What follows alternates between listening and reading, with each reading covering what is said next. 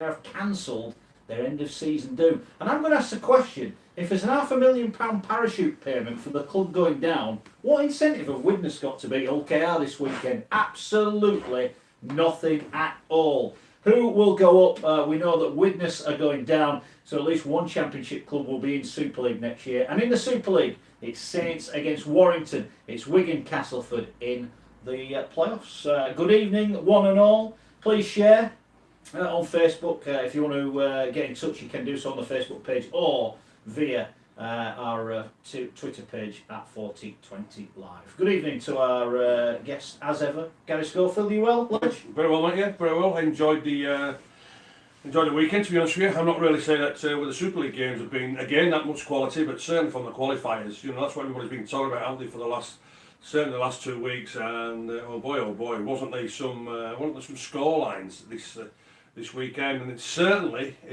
put the cats among the pigeons for this Thursday, this Friday, Saturday, but also as well. And then OKR play on Sunday night. But surely the games should have all played at the same time, won't they? As you mentioned there, Widnes, what incentive they got? Well, don't forget about the £500,000 parachute payment. They're rubbish anyway, so they've no incentive to play well against Ulster Rovers on Sunday night from there. But the fact is, OKR will definitely know what they have to do when they see the games Thursday, Friday, Saturday with the opposition what's down there. But I'll tell you what, the qualifiers have been spot on.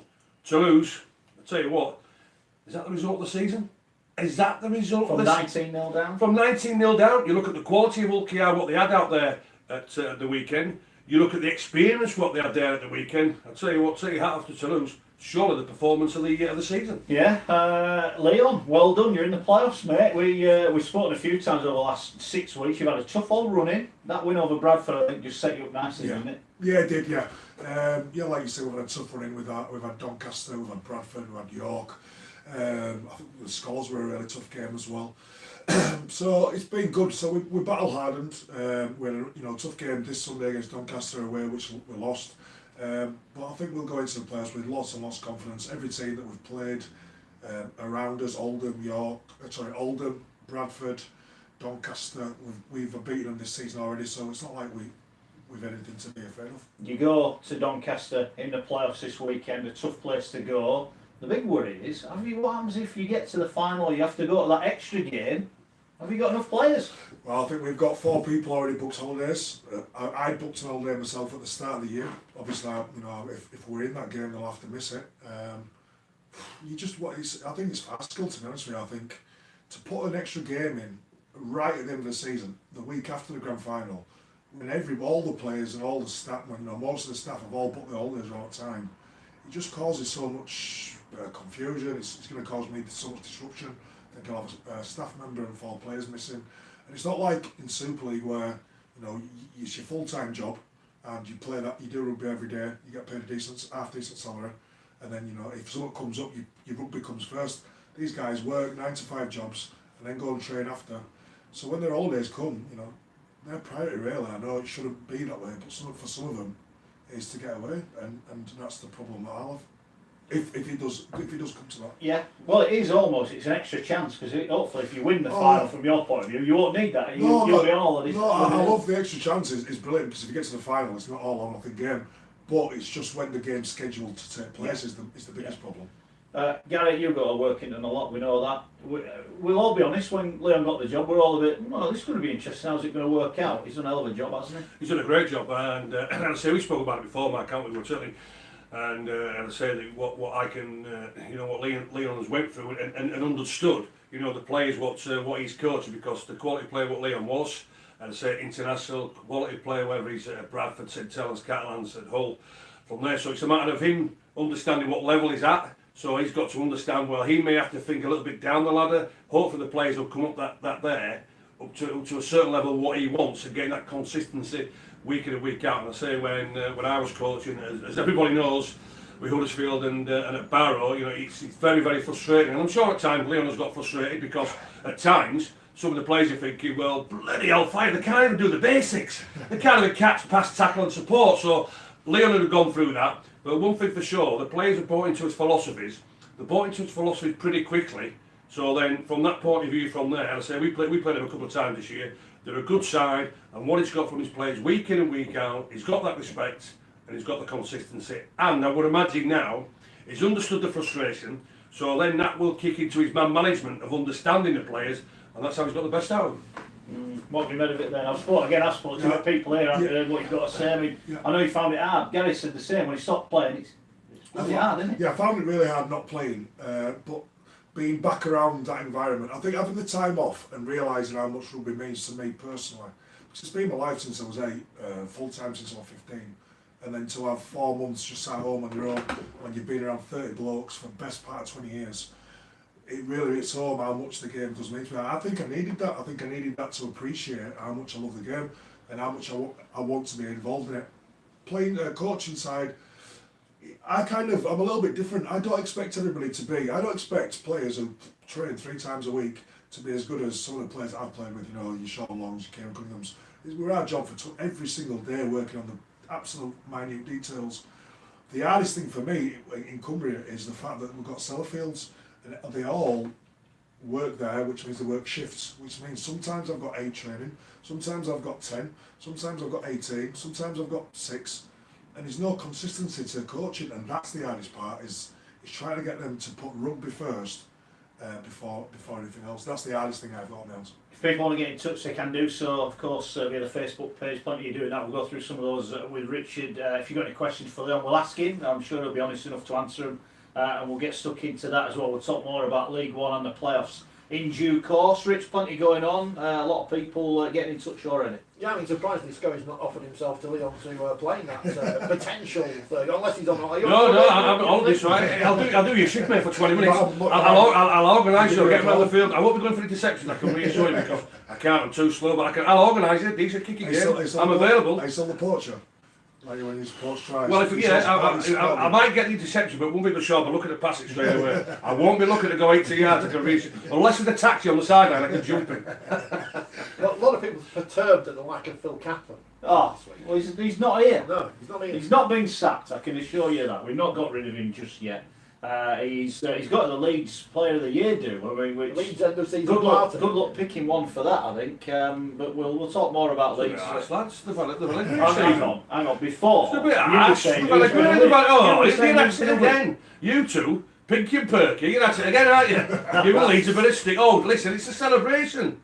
The celebration. You know what's offended me more than anything this year? Leon came in and said I'm a Leeds fan. No, I thought because you went to Leeds United games. And that's work, mate. I didn't realise I thought because you did it for fun. You don't think I do this by choice, do you? Coming sitting with him every week. Oh well, hey, just because you scrape past Halifax, don't come on here on a Monday getting lippy anyway. What else is happening, Rich? Well, I think we're wobbling the camera. Elsewhere, John says well done, Workington, well done everyone. Don wants to ask about Catalans, who are potentially going to play Wigan at the Camp Nou next June, having paraded the Challenge Cup there yesterday, which is still surreal. If you haven't seen it, it's on Twitter, it's on Facebook, it's everywhere. Now they're going to take a fixture to the home of Barcelona. They've done it before. They got 20,000, 18,000 or 20,000 in Barcelona. You've played in Catalans. You know what it's. What will it be like there? I played in that game. What about? Did you? Yeah. Right. So what you know what it means to those people? What, to win the Challenge Cup? To win the cup. Yeah. And now what do they do? I mean, like Rich said, I was at work last night watching the pictures. 100,000 people there. They're on the pitch with a trophy and they're living it up. Yeah. Well, I think the biggest thing about our game is promotion. And when you win a trophy like that for the first time in your club's history, bringing a trophy from English soil to French soil for the first time, it's massive. It's a massive occasion. I know Bernard Gosh will be promoting the game properly the way it should be, and try and get on the back of that. I mean, if Catalans can now get 15, 16, 17,000 for home games and really spread rugby league around the south of France even more so than what they do already, then it's only good for the game. It is. I mean, this could be pretty good. I mean, I was hoping that they got Messi holding the Challenge Cup, something like that would have been unbelievable, wouldn't it? Oh, without a doubt, and that's what the game wants. And it's. I spoke about it last week, didn't I? About the way that rugby league is. We all know. The game itself is the greatest game of all. But what it lacks promotion, it lacks marketing, it lacks direction. And I don't know if you agree with me or not, but when I saw the 2 chief executives on Sky on Thursday night, it was laughable and it was sickly. Because you know why?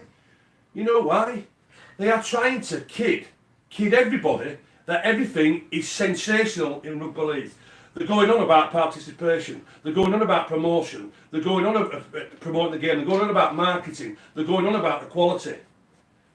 Are they literally so blinkered that everybody who's watching Rugby League knows exactly that the game's in a mess? There is no promoting. There is no marketing. There is not a lot of quality about.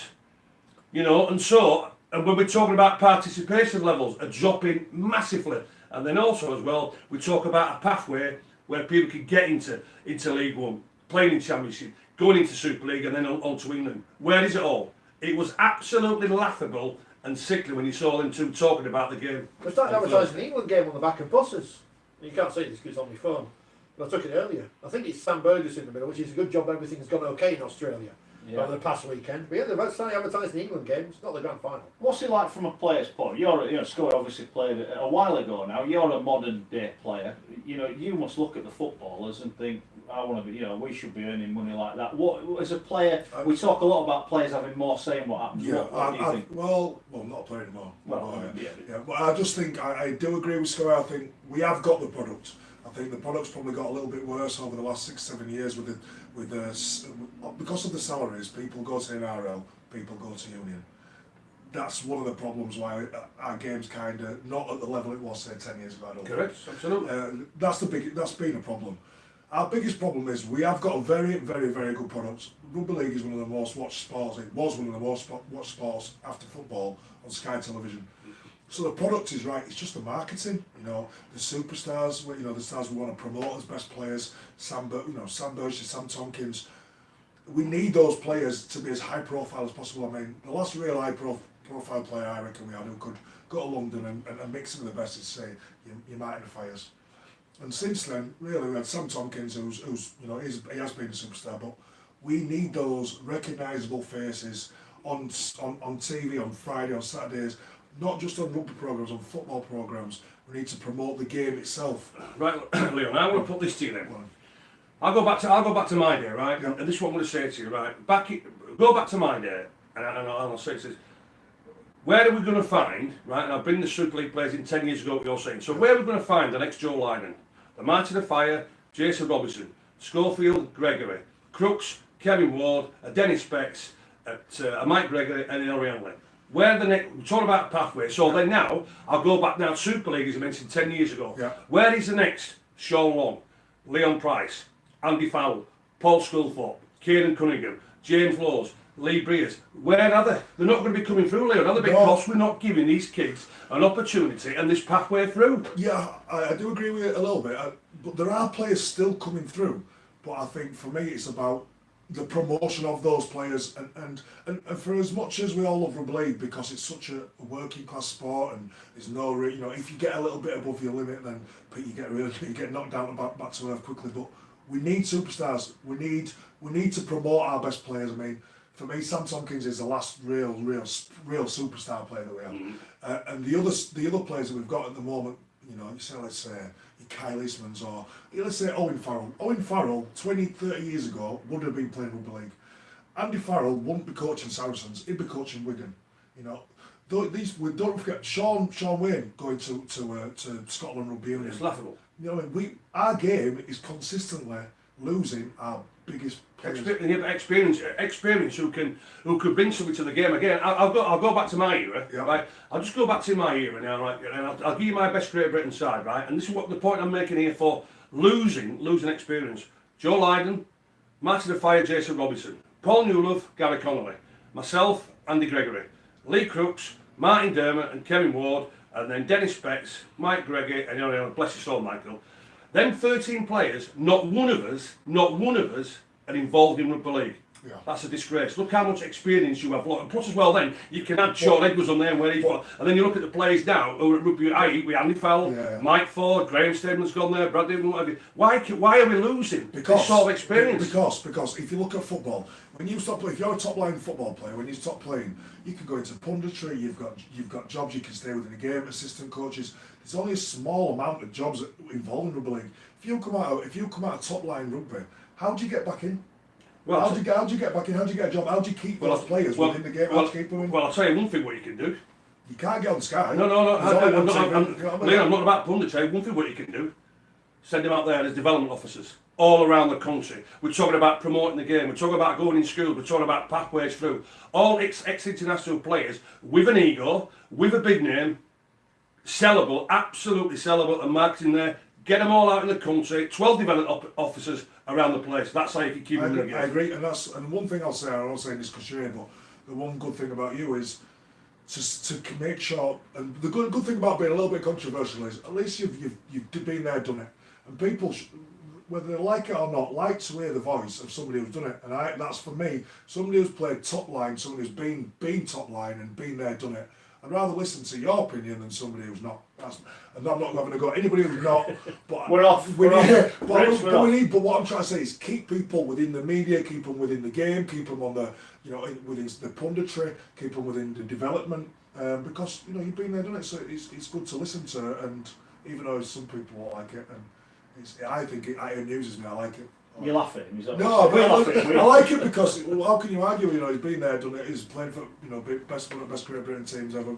Being Aussies on the Aussie soil, and he likes to give people it as well. And I've probably been in there on that list at some point as well. Very good. Even though I don't listen. He's been told stop banging the desk. You see, we've moved house and you're still banging the desk. So I've been told the gaffer take your hands behind. Mark, you know yourself because I love this game and I want one thing I will say to you.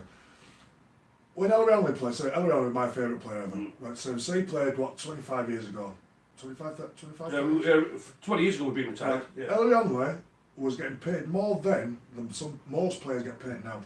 So how has the salary increase matched increase on petrol, increase on mortgages, increase on lifestyle, living, inflation of just normal general wages now for Super League players are less than they were 25 years ago. Would you get rid of the cap? Would you get rid of the cap? I'm not saying get rid of the cap, but you've got we have got to fight. The reason why we lose all our best players is because of the wage structure.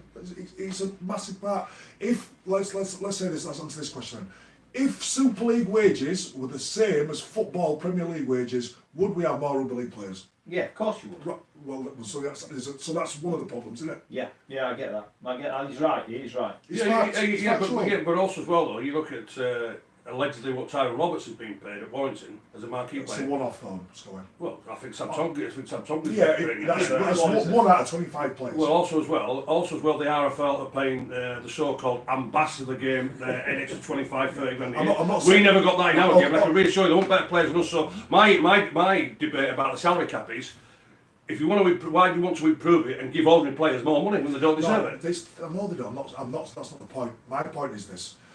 If we want to keep our players and try and improve the level and the standard and get the best players from Australia and maybe get the best players from Union and our best players to remain, the salary is definitely a part of it. 100%, not for one player. I wonder how many kids leave school that are pretty good rugby league players and think, do I want to go in the gym and have to watch what I eat and work out in the gym and get knocked the hell out of every weekend 15 for 15 grand? Or do I go to uni, get a degree and try and get a job on 40 grand a year while I'll just sit on my backside all week? Or do I want to come through and play for England Rugby League? And I know England and Great Britain's an honour, and it is, but you play for England Rugby Union, you get £26,000 a test match.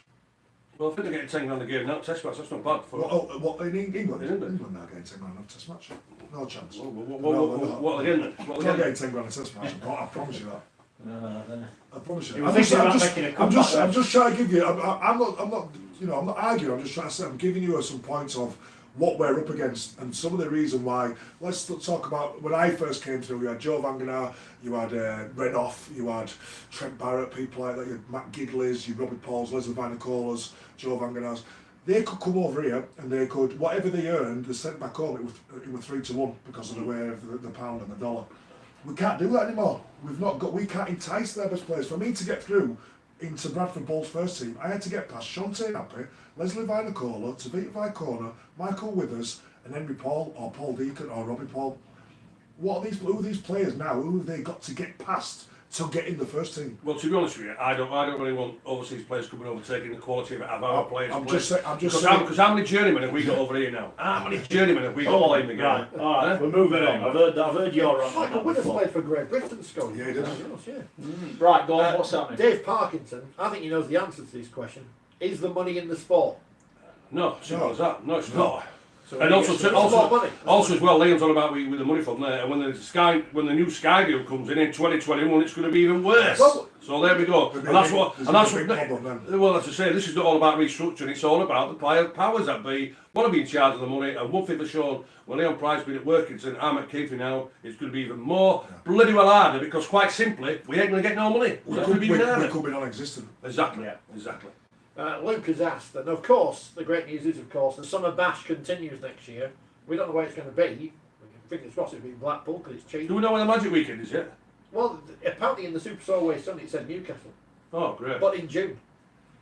June.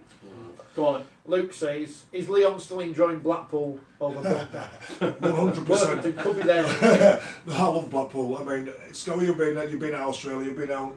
When you go down as a Great Britain tourist, the amount of stick you get in the media is unbelievable, and I've never experienced it before. And when I got there, I was like, "There's pommy this, pommy that. They shouldn't even be on the same field as them. They're amateurish, they're rubbish. Who's the criminals and this and that." And I was just like, "Well, I'd rather be at home in Bradford." I must admit though, I've been to 5 mile better beaches than Bondi Beach. It's overrated, honestly. Bondi Beach is overrated. Manly's the best beach in Sydney. Manly's nice, There's yeah. some lovely beaches out in Corolla from there, so yeah, I'll agree with Leon. Blackpool's better than Bondi Beach. I should talk about Billy Slater next as well. 'Cause Well, that's the big we big will. story. Yeah, I big didn't story mention weekend. that. I didn't mention And that. we should mention as well a great result yesterday for official team of this programme, commentary. Yes. Beating Hunslet. Yeah. Big win. Another big win for the Bears this season. Well, they played well the week seasons on top. before against Whitehaven. They had them on the rack for a while, so they weren't as much surprise as some people would.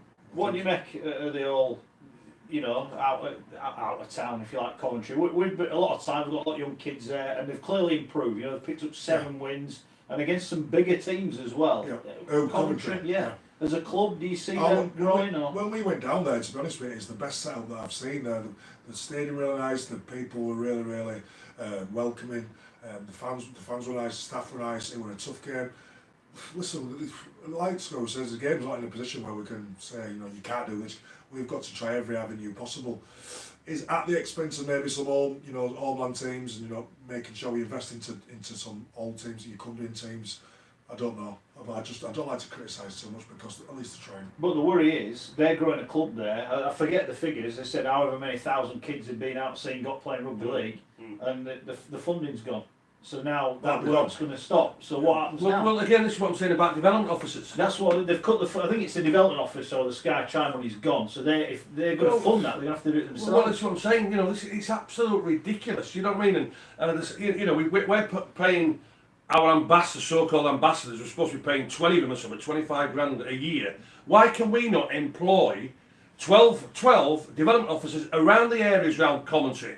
Stick him up in Whitehaven. My good mucker Lee Crooks did a great job in Newcastle as development officer, and he got the bullet. We need the development officers there to keep the kids interested because there's loads of talent out there, loads and loads of talent, but we're not digging into it. Fair enough. Right, what do you want to talk about social media wise? Anything coming up there? People are concerned about Sky because obviously the deal's coming up in a couple of years, and also Sky's been taken over. Don't panic. Whatever the decisions they'll make are based on how many people watch rugby league and the type of people who watch rugby league, the same as every other sport. Don't panic, people.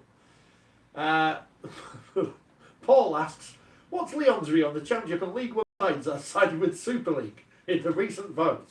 Throwing him under the bus there. What's that, sorry? In the recent vote for the change of structure, your thought? Well, I guess your thoughts on that in general.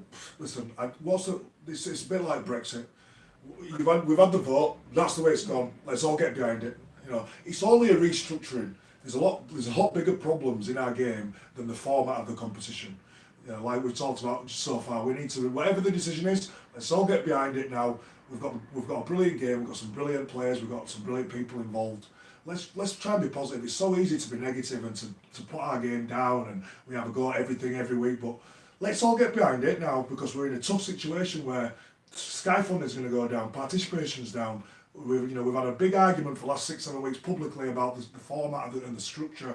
Well, it's done now. Let's get on with it and let's try and get this game going forward. Good stuff. People are moaning. Now we've got Mike, so Yeah. Sco is shouting, so we'll turn his down in a minute. We had a producer, but I'll sneak off. like the RFL, we've had to make cuts. Sad as that is, we will go deal with that now. Right, People on YouTube will see me. This is I want to talk about, if you're watching on YouTube, that's the back of Richard's head.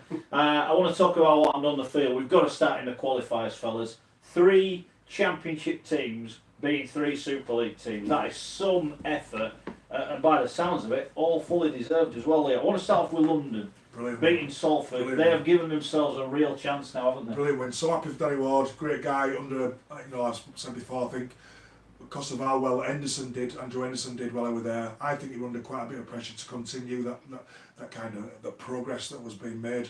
For me, that's the win of the week, to beat a Salford team that have been pretty handy last couple of months. So that gives them a massive chance to get into Super League. Now, I think we go into this weekend where any result, there's about 7 different outcomes, isn't there? So it gives them a massive chance, a huge win. I'm surprised you haven't been getting hammered this week, Scully, because the London, obviously you said you thought London had missed out. We've been there, we've done it. You're happy for Danny Ward, but I mean, I did tip last week London to win, by the way, on this show. And I did. No, I don't think you did. I think you might have done. I can't remember. Or was that the one you got wrong? Which one did you get? You got one of them wrong. Anyway, I move on. They've beaten Salford. If they beat Halifax this week, it's going to take a pretty amazing set of results to not get in. Oh, it is, and they'll beat Halifax, because to be honest, I would imagine Halifax will be playing the Man Bundy, won't they, to be honest with you. They've nothing to play for from there. So, yeah, but London have been outstanding, and certainly when you saw the first game of these qualifiers, when London played with this, you could just see how much they're enjoying playing under the 2 coaches in Danny Ward and Jamie Lanley. You know, the expression, what they played, and that freedom, what they're allowed to play with.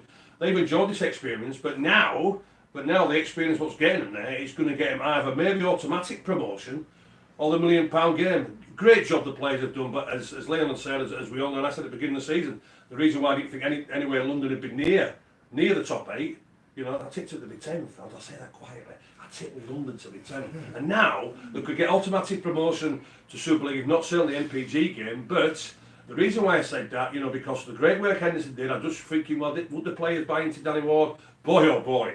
They bought into Danny Ward and he's done a fantastic job. They have, so all the 6 London fans, leave me alone, will you? Oh, hey, come on. But, I want to make a point here as well. I can understand the frustration with London and how much money we've invested down there, and the crowd's never really getting much bigger and always been small. But we've had some fantastic players. We've had Tony Clubb, Louis McCarthy-Scarsbrook, you know, Amari Caro, the winger at OKR played, Kieran Dixon, and I'm sure there's probably 7 Sargentson at Wigan. Well, we're seeing more youngsters now sign up for Super League. Yeah, and you know, we talk about pathways. So we talk about pathway. London Broncos, even though the club's not been supported brilliantly, has been a pathway for Super League players and Super League talent. And it might not be a huge amount, but there has been players out of London that have transferred and come into good Super League teams and had a good career. Is this Phil Kaplan? He sounds like Phil Kaplan. I'm just giving you a different side. I'm giving you a different point of view. Must be that seat. No, but a great win. I mean, we expect them, and this is not disrespectful to Halifax, because they give Leeds a good go. They give OKR a good go the week before, but it's almost a step too far, isn't it, for them at the minute? I mean, we mustn't forget, they're part-time. Oh yeah, and again, from a coach's point, I like Richard Marshall. You know, Richard Marshall, for me now, I think he should be in line realistically to maybe become an assistant at a big Super League club to follow in the footsteps from there. I'm sure that's going to be the pathway for Liam, what he wants to, you know, to maybe follow up there, because there's good quality English coaches out there. But yeah, the players themselves, they enjoy playing for Marshall. He plays the game in the right way. He gets the tune out of the players. No, they won't go down there and lie down, but they know themselves. It's the last game of the season. We all know we got the Man Monday Club the day after from there. So yeah, but London, they'll be far too strong. They'll be looking to put plenty of points on the board, and I expect London to put plenty of points on the board. It's going to be interesting. I'm just trying to work out when that actual game is. Saturday. So they may well know what they need to do. Should we, with hindsight, all these games are kicking off at the same time? Yeah, well, I think we do it on the last game of the season for the football, don't we? Yeah. And how much excitement that brings, as well as, you know, I think 100% all the games should be the exact same time kick-off and try and create as much atmosphere and buzz around the games whilst they're being played. Because also as well, fellas, every game with the qualifiers, they're all on Sky, aren't they? They've been the so-called quality Super League that we haven't been getting over the last few weeks, so they're putting the qualifiers on, which has got everybody excited. And I say the game on Thursday, Toulouse at Salford, and then on Monday night, the big one, Toronto against the Rhinos, and then London, Halifax, and OKR. Well, we'll talk about those, the other games as well. But big win for London. Salford, all of a sudden, despite the fact they've got a good points difference, just sweating a little bit because they have to beat to lose. Well, the fact of the matter is, when Salford got themselves into the bottom four, they had to bring a bit of quality in. Hastings has come in, he's been the main difference. At Salford, a one-man side. Well, they've played the last two and they've lost the last two. Well, I thought he'd been suspended for 2 games. That's what I mean. So He's missed this is- that. Oh, that's what I'm saying. Yeah, Yeah, this is what I'm saying. So at Salford, a one-man side, so the pressure is on him now. Is The he back, pressure is he back this week? He's back this week, yeah. Is it at Salford? Yeah. It's at Salford, Thursday you know. night, yeah. So, but to lose again, you know, when I saw him play against Leeds a couple of weeks ago, I'll tell you what, they will go down there and lie down. They play the game in the right way, so they'll be getting ripped in, and that battle between Hastings and Jonathan Ford for Toulouse. That is going to be worth the admission money alone. Well, we heard obviously London getting their victory. What about Toulouse? I mean, I was following it on social media. They went 19-0 down. I'm thinking, oh, job done, OKR have won. That's it, they're safe. French sides, I know this from experience. French teams at home are a completely different outfit of when they play over away in England. They're so passionate. The crowd get behind them. The crowd go crazy. The referees under more pressure, and they get a little stiff like they did at the weekend. And the French teams at home they're unstoppable sometimes. That's exactly what's happened there. I've seen them come back from 19 points and stuff. Once they get a roll on French soil, the crowd start going wild, the referee starts being under pressure. It's very easy for a team to crumble. I've been there, played it at Catalans, loads and loads of games where we've smashed them just from the referee losing plot because he's under so much pressure. I've seen referees get cigarettes stubbed out on them and fans throwing bottles at them and going crazy because it's so hostile. So hostile, and it's any French place. It's hard, it's a hard place to go, very hard. Hull KR, they've cancelled their end of season do score this week. They are worried now, they are very worried. As it stands, they're in the £1 million game. You could argue it's out of their hands now. Yeah, he's out of their hands. He's out of their hands. Well, he's out of there, but they know exactly what they've got to do because everybody else played before, haven't they? You know, so they know. So that's an added pressure, isn't it? That is an added pressure for OKR. So they're playing Widnes, Scott. If they don't beat Widnes, they don't deserve to be. But listen, it is an added pressure, but also as well, cancelling the players' presentation night again. That adds a little bit more pressure because the players are saying, well, you know, a bit relaxing now. Let's have a bit a relaxing week because we know exactly what's on the line. But as you just mentioned there, they're playing an absolute rubbish Widnes side who realistically, they're gone. The finish, so Hull KR. I've tipped Hull KR beating them at Column away by 42 points, and it wouldn't surprise me if they beat them by 42 points. If Leeds Rhinos Subuto would give Widnes a try, I think. Well, give them a He's game. been a bit harsh here, fellas. He's been a bit harsh here. Come on. They've been relegated, they've been rubbish. Okay. They're bottom of the I'm not getting pile. involved in that. No, that's fair enough. We'll come back to that in a minute though, go on. Well, 10 defeats in a row for Hull now with the Catalans. Oh, we'll go there in a minute. We'll go Hold your fire, hold your fire, hold your fire. We're talking about rubbish, man. We're talking Toulouse, talking OKR. Yeah. OKR. The big worry I've got about this weekend is we're told there's an £500,000 parachute payment for the team that gets relegated. Widnes have been relegated. They're going to get £500,000 big ones. They're sat on the table. There's a risk if they beat OKR might get relegated, which means that £500,000 big ones get split in half. It's So like- you're thinking, it's like the hang on lads, I'm not sure we want to win this. That can't be right. That cannot be right. Mr. Wilson, you can't be saying there could be a little bit of argy-bargy, surely. Look, Hey. Widnes are going to be in financial. They're going to have to reorganise their club. Every pound is going Well, to it's already count. said that as a Why do team, they so want to that's- potentially lose £250,000 by beating by beating OKR on Sunday? I agree with you. I totally agree. They want the 500 big ones. I agree with you. That's why they're going to get absolutely hammered by 42 points. There you go. There you go. It's right though. There's I mean, a yeah, full answer. You know what I mean? Yeah. No, that's the side of the game. I'll let you guys talk about that. Yeah, that's fair enough. You don't you getting involved. Yeah. That's what he's here for. We will talk also, only fair, we've mentioned the other two, we've got to talk Toronto. I'll tell you what, looks a good atmosphere at the weekend. I watched it on the telly. Thought they were going to throw it away, but just saw it out at the end. And again, you'd argue Toronto's destiny now, they're third in the table, is in their own I hands. tell you what, I've watched Toronto now, I'd say this season, around about 6 times. I tell you what, you watch them and you're at the telly and you literally want to just boot the telly because you're thinking, why are you giving silly and disciplined penalties away? Why? You're experienced players, you're quality players, you don't need to do what you're doing because if they cut out the penalties and discipline, they will blow away teams. They can win the big teams easy by about 20 odd points, but they just all of a sudden, for about 5 or 10 minutes, think Tell you what, I'm just going to be disciplined here. So they keep the opposition. That's exactly what they did with this at the weekend. So if Toronto, because again on Friday night for Leeds, they're in Super League, they're safe. So it's all about the attitude of Leeds, how they want to play it on Friday night. So I would imagine with Toronto, Leeds won't play it soft. The place will go all out. Well, what I'm saying is they've not had a good enough season to be able to ease off. I know the way Kevin Sinfield and James Lowe's worked. They won't go steady. They'll go for the win. I'm not saying they're going, but I want to say it's all about the coaches will be hoping there, but it's down to the players themselves, individual and collective bad attitude. But one thing for sure for Toronto, they'll be getting ripped in, and they will know in the first set of 6 what sort of attitude Leeds are coming out there with. But Toronto, if Toronto keep the discipline, there'll be a chance of winning on Friday. Toronto play an expansive game style of rugby. They play a bit side to side, very shifty, very open, flary rugby. Leeds have struggled a little bit defensively this year, with the players that they've missed out and what have you. But so I think it'll be a high-scoring game, whichever way it goes, it'll be high-scoring. But Leeds definitely won't take the foot off the gas 100%. Interesting. I think it'll be a nice, high-scoring, probably exciting game. Yeah, it's going to be tense, isn't it? I mean, Leeds will be thankful that they did get that win. I know, they've got enough wins. These aren't any pressure on Leeds, so they could go out there and play with that bit of freedom or expression. Have they got the quality players to do that? Well, we've seen all season, no. But anyway, but Toronto. Josh Drinkwater linked with Leeds. Would you take him? Well, he's better than Myler, yeah.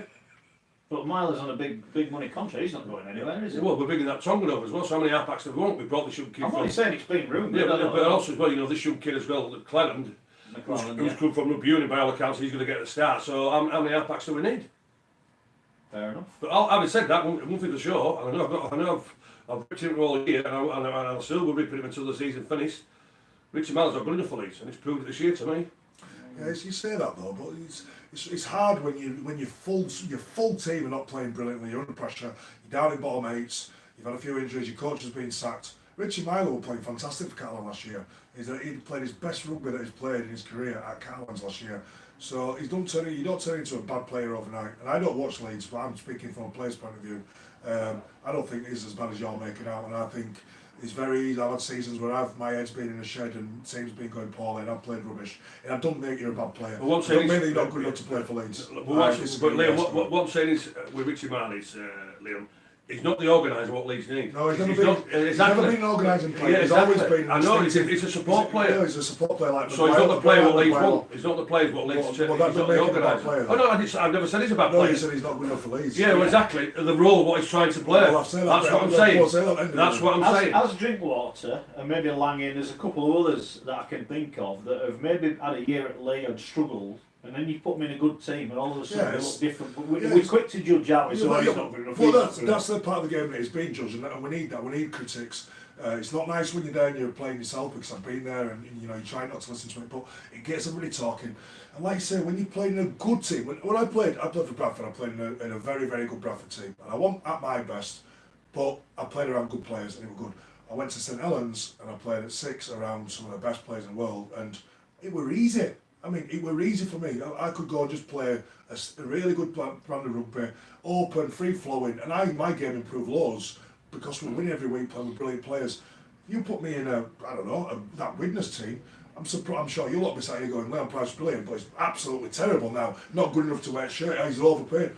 Because of the players that you're playing around, the confidence of the team, losing your coach, injuries, so many factors to put into why a player's playing the way he is. But you guys get paid to criticise. Yeah, but also as well, when you with Josh Drinkwater, I saw him at Leigh, and it was absolutely shocking, to be honest with you. But the great thing about me with Josh was, he was open on to the league, especially about 5 or 6 weeks ago, and he's saying, well, at Leigh I wasn't allowed to play how I wanted to play. Yeah, that's a big thing as well. That's what I'm saying, Leigh. So my point is with Drinkwater is it's quite simple. Why, as a coach, why would you want to take the asset what he's got? McNamara identified that they needed an organising halfback. Drinkwater, he came to the year from the phone call, and what Drinkwater said about McNamara is it's not coaching, it's man management. Hey, listen, I can see what you can do. You go out there, you're the main man, you're the main organiser. Go out there and do it and express yourself, and that's what made him the player is what he is. I agree with you, because I'll give you this example, and this is not the reason why I probably didn't play the best of all. When I played at St Helens, Longy were organiser, I was second receiver. So Longy would go there, and wherever we were, we just swapped round side of fields. And we want, we could just do whatever we wanted on the field. It was free roll, wasn't it? Free reign. When I went to Hull, I had to play right-sided and stay on the right Well, side. that's rubbish. So my game then completely changed. I wasn't the athletic person that I were at Saints, but still, it does have a massive effect on your game. Huge. Well, this is what I say about the combination of the balance with half-backs, Leon. There's one who's the main organiser, and then the second one, which is the standoff like yourself, is quite simple. Hold on, Lonnie, just have 5 minutes. I'll take over. Yeah. I'll be the main organiser. Yeah. But when I hear half-backs say to me, and I've had Danny Maguire say to me, "Well, Scully, I can only stay on the right side." Like you're also saying, I can only stay on the right side. I know I said to the coach, you can stick it right up where he doesn't belong. I can reassure you. You go to that I would have don't worry about that. You can just stay on the right hand side. What an absolute load of toss. Because half-backs, they're the main organisers. Play what you say. Play with that vision and awareness. But at the same time, a coach has got to believe in his structure 100% and play to it. And all have had great success with that structure that they've had. They've won 2 Challenge Cups, and you can't argue with it. I'm just saying, like you say, Josh Drinkwater said he'd just play with freedom, and that suits him probably. Well, that's why he'll get the best out of you then, because you wasn't enjoying the role what you was asked to do. But half the reason, athletically, I deteriorated quite a bit. I want athletically like I was probably 3 years previous, but playing sided compared to playing swinging and playing with an halfback who's on the ball. Definitely contributed to it. 100%. Matty Smith, I saw him at the cup final. He had his son had a little Catalan shirt on. Look, he's got a Catalan. It seems Drinkwater's been bombed out. It seems. I know John Davison, our colleague, I think spoke to him the other day. Not happy that he's been bombed out. Drinkwater. Who was not happy? Josh Drinkwater. Well, I think Matty Smith has been signed for a while. Though. Yeah, that's what I'm saying. Quite a So he'd be a good fit for many in Super League, wouldn't it? Is he going to be in Super League next year, Well, Drinkwater? I don't understand why they're replacing Drinkwater. Well, if they've already got a deal, I think they signed him 4 months ago, maybe. You won't Drinkwater Catalans at that time. Well, maybe they've made a decision before. So anyway, Well, good for the show then. They may not have thought that Drinkwater was going to play as well as what he did. yeah. So I guess now they're thinking, we can't go back on this. But Drinkwater, he'll be quality. If he's allowed to play how he wants to play, he'll be an asset to any side, without a doubt. Yeah, there's not many halfbacks around, are there? They're few and far between. Who can organise. Yeah, who can organise. So he'll definitely go to a good club. We've got loads of social media. Yes. I've got just in a sec, Rich. So one of them asked about Jacob Truman. Now at Castleford. Yes. You played. Well, you've I been trained around with in Bradford Bradford. Bulls. Yeah. I've just drove past him before I come here. I spoke to Darryl Powell last week, and he said, "Can't believe what a talent this kid is. He thinks he's struck gold with Truman." Yes. We had 2 or 3 months training at Bradford before, or 2 months before we went bankrupt. I were old and fat and on one leg, but he were playing 6 in the academy against each other, and he ripped me to shreds. One stepped past me, went round me, flipped ball out the back, caught it, try, and I thought, I'm not seeing that in a 17, 18-year-old kid, maybe ever. He'll be England 6 within 2-3 years, minimum, maximum, sorry. He's got it. He's a good kid. He's level-headed. He's worked hard. He'll be playing England soon. You saw him at Wigan when he made his debut, and I know Darryl mentioned particularly how impressive his defence is, because he's a little lad, is he? And they try and bully him. He's not little. But he'll grow. He's only a kid, isn't he? He's just a kid. But that's what I mean. He'll get man size. He'll get his man size as he gets older. Let's be fair. If you're playing against him, you're going to try and run at him and tire him out. If I'm playing against him in my prime, I'll kill him. I'm too old now.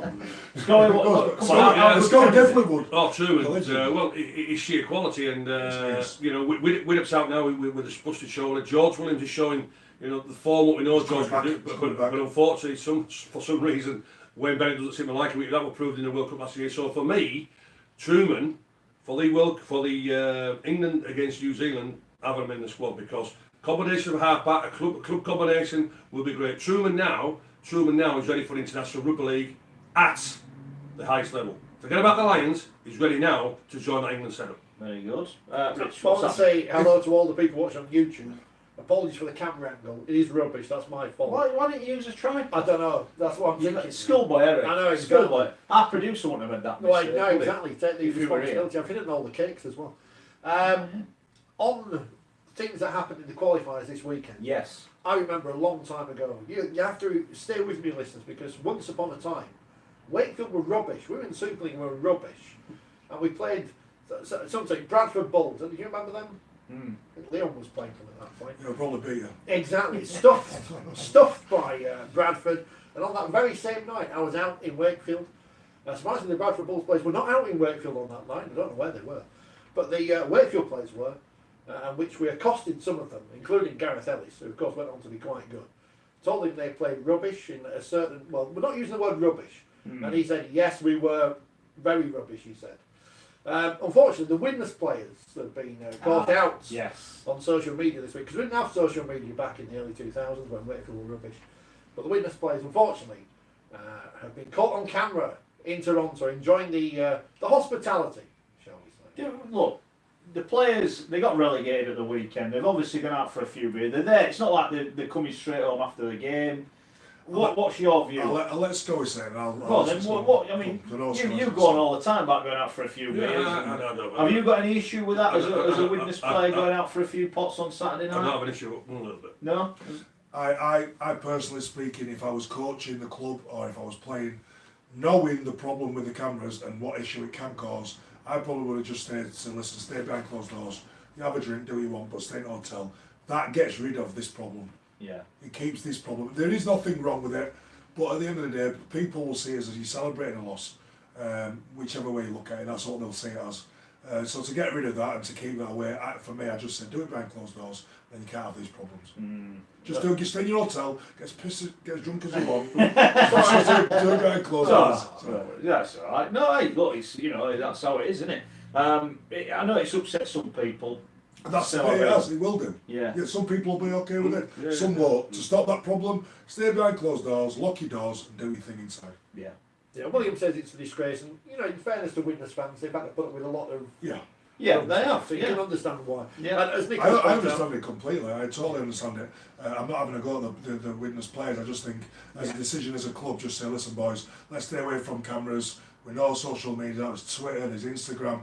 People are going to record you. Just stay in the hotel for tonight, and when we get home, we'll have us drink. Nicholas was at the game. He says, they weren't like that at the end of the game. Obviously, they were gutted. And Sandy says, I can't believe the fans went crazy with anger when the video went out. What do you want them to do? Sulk? The answer is yes, because they are we look at things as fans completely differently to people whose job it is. Not all of them are going to be. I think from a player's point of view, especially in this day and age, what we try and do as much as possible is look at it from the fans' point of view. Even though it's not our point of view, if we can see your point of view and act accordingly, then it stops that happening.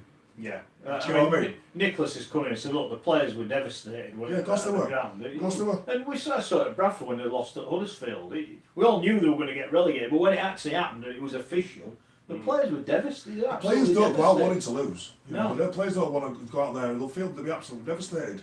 The team's broken up, the contracts are changing, the lives will be changing.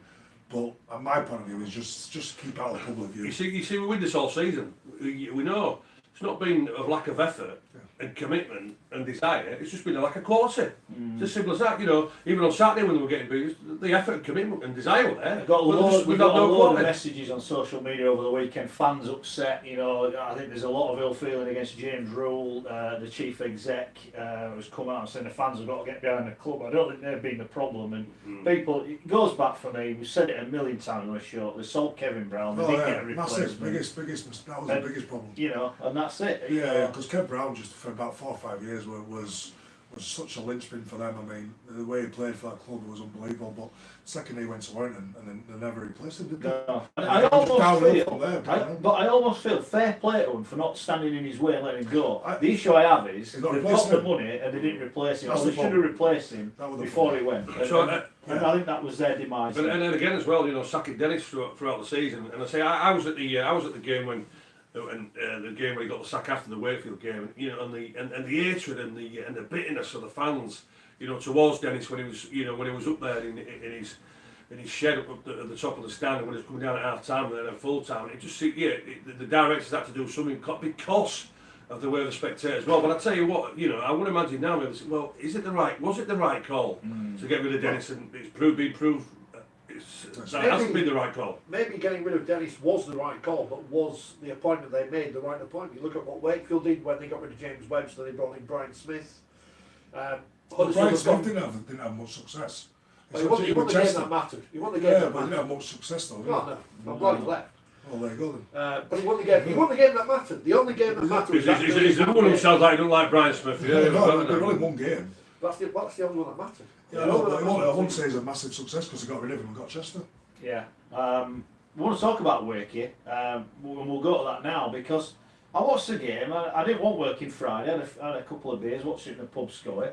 I get up Saturday morning and the players have got absolutely battered on social media. Yeah. The Wakey player, and I'm thinking, well, I think Chris Chester said they were down to the last 17 players. I understand one of the players pulled out before the game, so I think whoever came in on the bench basically shouldn't have been playing. I thought they gave it a right good dig at Cass. I thought they had a couple of big calls went against. Ben Jones Bishop should have had a try. I thought they did all right, and yet they're getting hammered. I'm thinking, hang on, what do Wakefield fans want? You're fifth in Super League, right? You've got an injury-ravaged squad, and you've got to a team in the playoffs, and you've lost. All right, you don't want to lose to Cass. You've lost. Don't criticise the players. Do not criticise effort, commitment. Come on, that's not fair. Well, exactly as well, and again, just where that Cass they've got a little bit more quality. That's why they got beat. But again, when you question about the desire and the effort and the commitment, there's nothing wrong with that Wakefield sound. And as you've just mentioned, they're finishing fifth. I think before the season started, we had them around about the 6 and 7 mark, didn't we? You know, so then finishing fifth. They've got Warrington this week at home there. So you Wakefield fans, get behind your side. You know, get behind Michael Carr, get behind Chris Chester. They want 5,000 or 6,000 people there every week instead of criticising. There was nothing wrong. There was nothing wrong with that performance. All right, yeah, okay, they got beat at the big Yorkshire derby, but there was nothing wrong with that performance from commitment and desire and purpose. It was just simple. Cass had a little bit too much more quality. Yeah, I think as well. I think the Wakefield fans should, what we were saying before, remember where they've come from. I mean, when I played at Bradford and Saints, what have you, they were a bottom of the table team that we could put 40, 50 points on no problem. Whenever they played, whenever we played them. They've been in top 5, top 6 now for 2-3 years on trot. They've not even been in the bottom qualifiers. They've not been in the £1 million game. They're not really even been close. They've not even been close. Yeah. It's the gradual progress of the club and the players. It's been brilliant, and you know they're now competing against the Saints, against the Wiggins. They compete and sometimes beat them.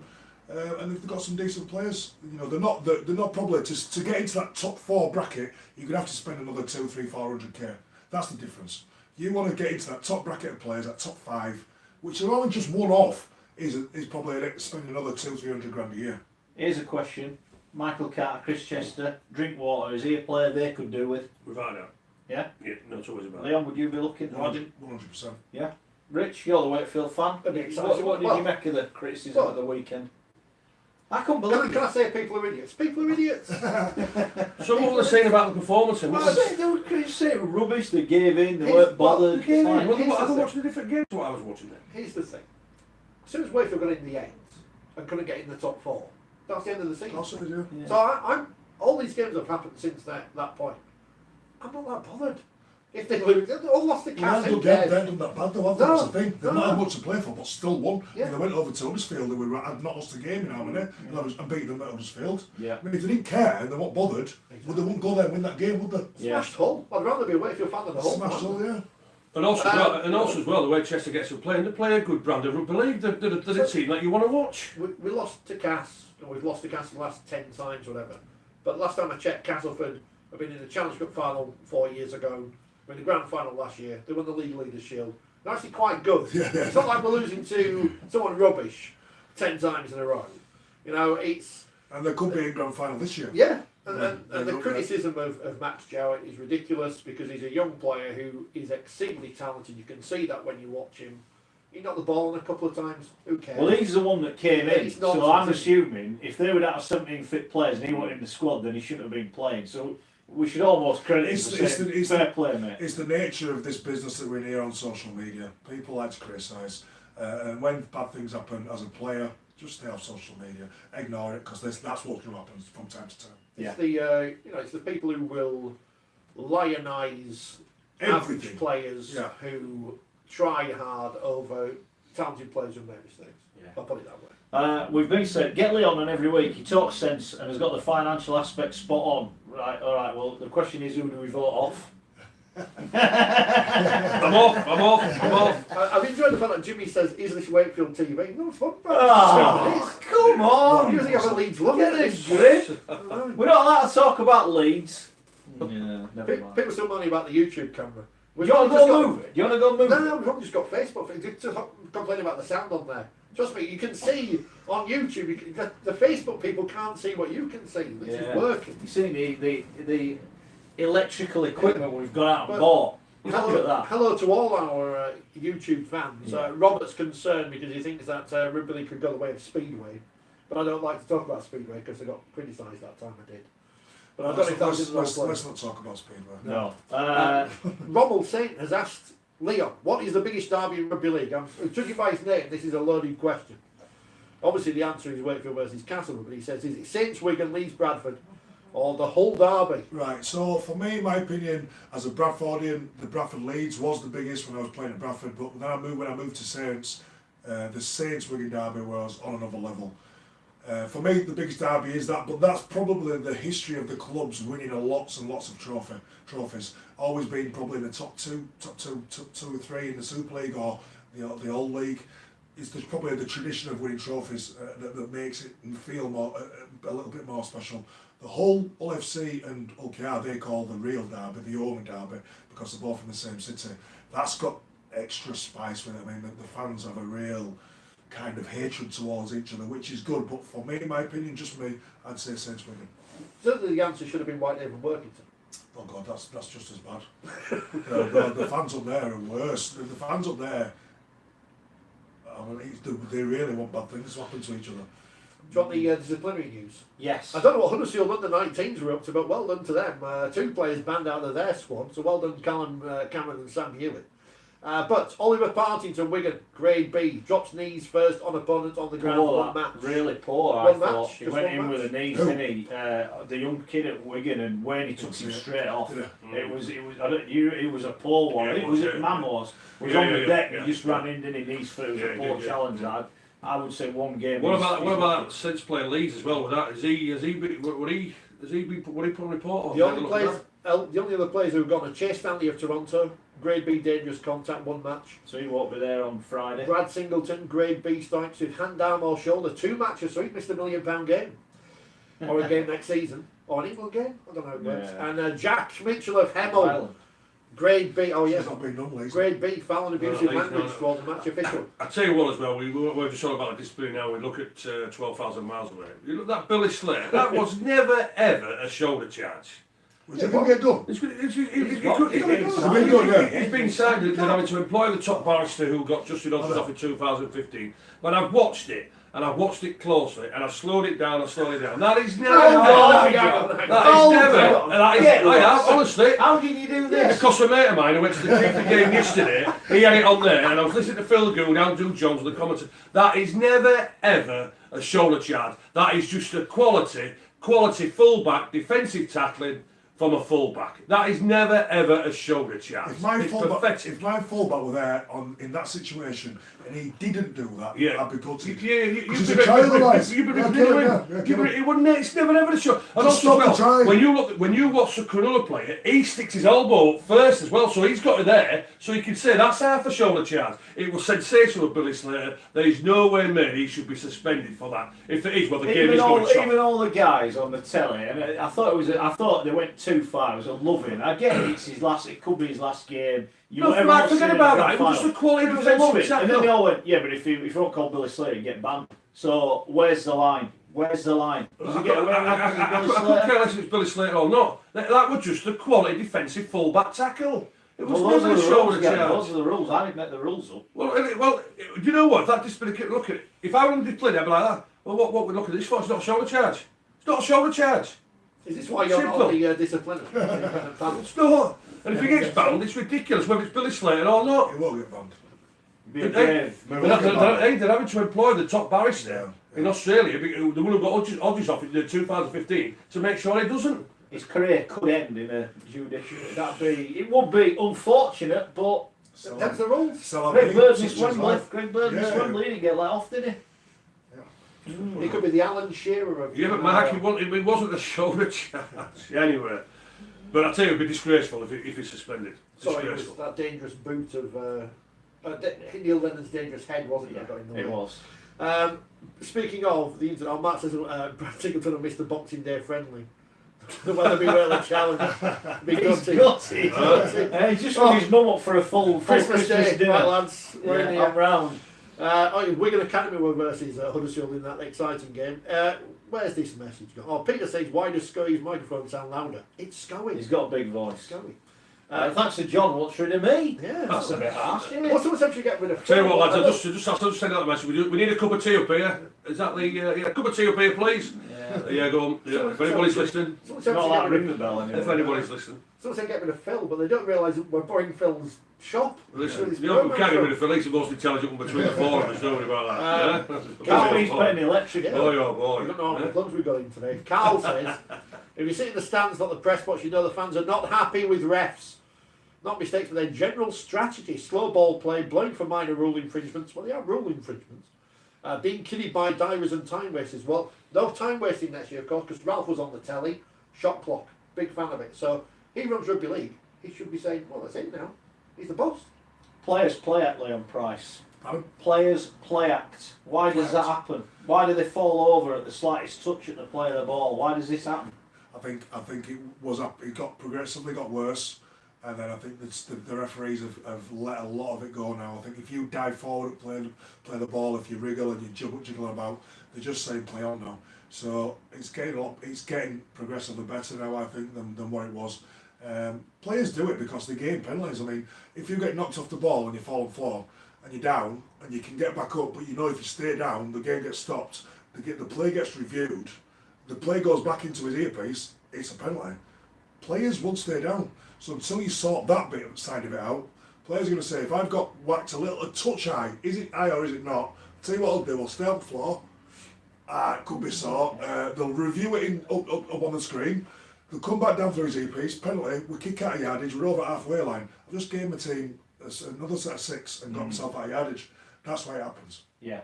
So you, as a coach, if it happens, one of your players does it, do you say, well, all right, that's fair enough? If it happens against you, do you go, well... You don't encourage it. What you need is, you need ex-players, the media, to make sure that we scrutinise it that much so that it just finds its way back out. We need the referees to be on board to make sure that they don't blow a whistle for people down on the floor.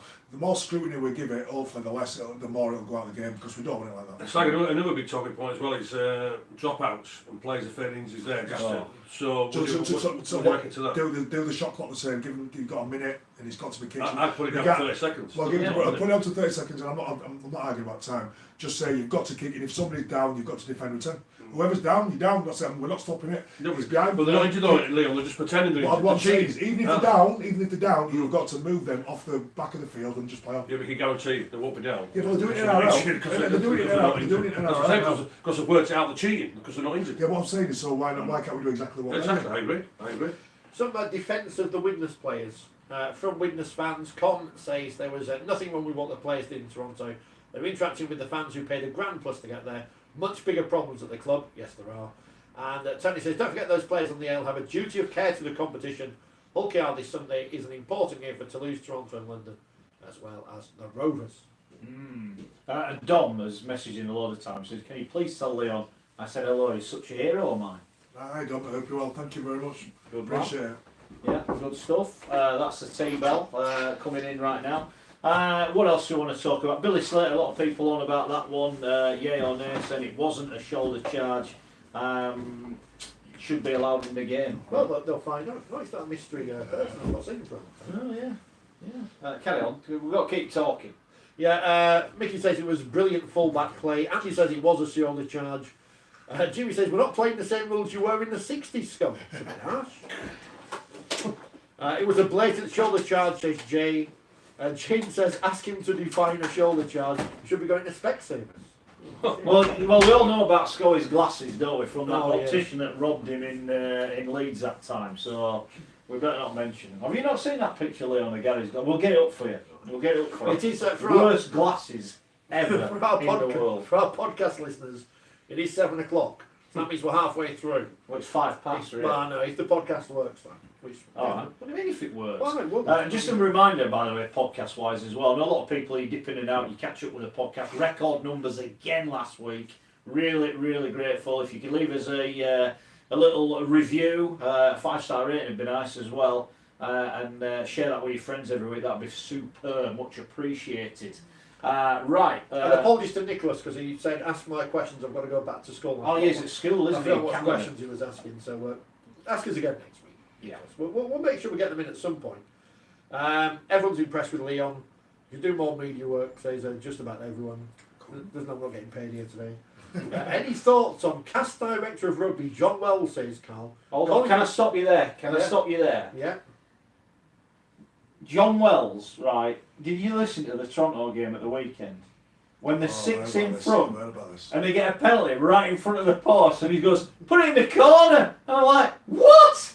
Put it in, kick the goal. And he went, no, put it in the corner, put it in the corner. Oh, it was terrible. I hope he's not talking to Darryl Powell when they're going to win the grand final and win my bet, you know. Listen, it's quite a simple answer to that. He was a winger and not very good at that. I don't believe it. He's played some Hey, but also as well, let me just say this as well. You know, Toronto, do you know the crowd, the music, what they play? Is everybody into line dancing or something? Did you hear the music? Did you hear the music they were playing when it was up? It's what? It was country day. I couldn't care less what it was. It was everybody like line dancing in the crowd. That was the idea. Yeah, it was pathetic. To get fans in. There were over 8,000 people there having a good time. Cowboy hats and stuff. You know, the music was shocking. It was awful. Too much of it and all. I've been at one of your parties, so don't you criticise anyone about music. Right, sorry. Back to John Wells. Yeah, back to Carl and John Wells. Someone's asking what's the T-boy doing when he's not in the studio. I don't know. No. Carl brought him in for that. You can't afford to pay him to do anything else. Actually, it's a lady who makes the tea. Tracy who makes the tea. No, I'm the producer. Cheers. All right, yeah. Cheers, Chris. Carl says, any thoughts on cast director of rugby John Wells calling for the refs panel to look at Mike Cooper's tackle? Conflict of interest means on the film, not. It's a tough one. We've raised this before, haven't we? You know, you can't. It's like having you on the telly questioning Bradford. Yeah. Who they're playing next week? Oldham. Yeah. You can't really do it, can you? Not really, no. Well, you can do. What do you do? What do you say? I mean, he's been working at Sky a long time. I don't like to criticise him too much because he's worked his way up in the media. And works at Sky a long time, and has been given a chance for the CEO at Castleford. So I'll let you guys discuss. You can see why some people. We've said this before, and I'm not criticising. I think when he made that comment about the kick for the corner, I might have got that wrong, but you can see why people pick up on stuff like that. What they're about to do. They're about to do, and it's, yeah, because I know Brian Carney's asked him a couple of straight questions when Cass had been playing, and he didn't answer them. He didn't answer because Wolfie the Shaw. If he answers them the wrong way, Darryl Powell having him in his office and saying, "Hold on, I'm the coach here." So it is a conflict of interest. Well, it's simple. When Cass was on Sky, he should not be where the cameras are. Simple as that, because of responsibilities and the job what he has at Castleford Tigers. Simple. I did enjoy. I think it was at the start of the Toronto game, wasn't it? Because Phil Clark wasn't there. That was it. Brian Carney joked he'd have to be controversial about Wigan, or have to say something positive about Wigan or something. I can't remember which game it was, but it was quite good. Somebody said we should be guys should be less rude about Toronto. We actually have got a Toronto bottle opener. Yeah. We don't know where that's come from. No. And I'm not being rude. I'm not being rude. The maple It's about the line dance. No, I'm not being rude. I'm just making a point. Was everybody with the music what was being played at Toronto at the weekend? Was everybody line dancing? That's nothing. That's all I'm saying. That's all I'm asking. What we should do really, because Scoey's being rude, is we should have a Scoey against Richie Myler, and which one do the listeners want us to stand on? That's what we should do. Scoey or Myler, tell us and we'll do it. They're there. No, you know exactly what's going to be happening. Don't we? Just get me size 10s ready. These were expensive, these to be. Oh, sorry, yeah. I would imagine it'd be 99.9%. I know who's going to get stood on. Myler.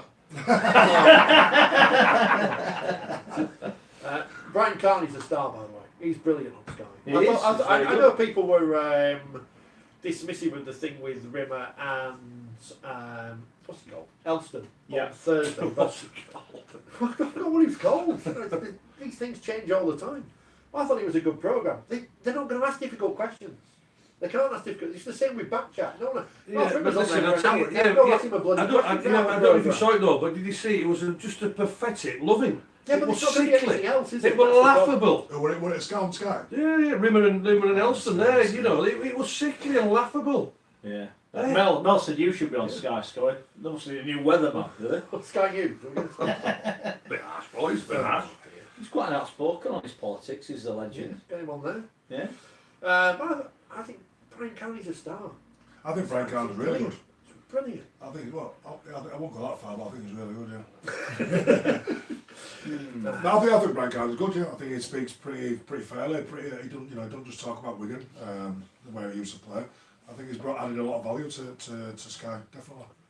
Do you look at the Aussie coverage, and Gary mentions this a lot, you look at the players that are involved there, and Yeah, that's there's the not biggest, so many former that's the players biggest, here. that's the is there? biggest difference. Is you want, no matter who you are, you want your Skullthorpes, you want your people like that on there, you want your Sinfields, you want the men commentating. I mean, when you look at the calibre of players that are talking about the game and educating you. While you're watching the game, you're getting excitement, you're getting education, you're getting the stars giving their opinion who've actually been there, done it, and you need that more often. We definitely need that, and it's also another line of work for ex-players to stay into to stay within the game, involved, and we need to make sure we look after them avenues for players to stay involved in the game.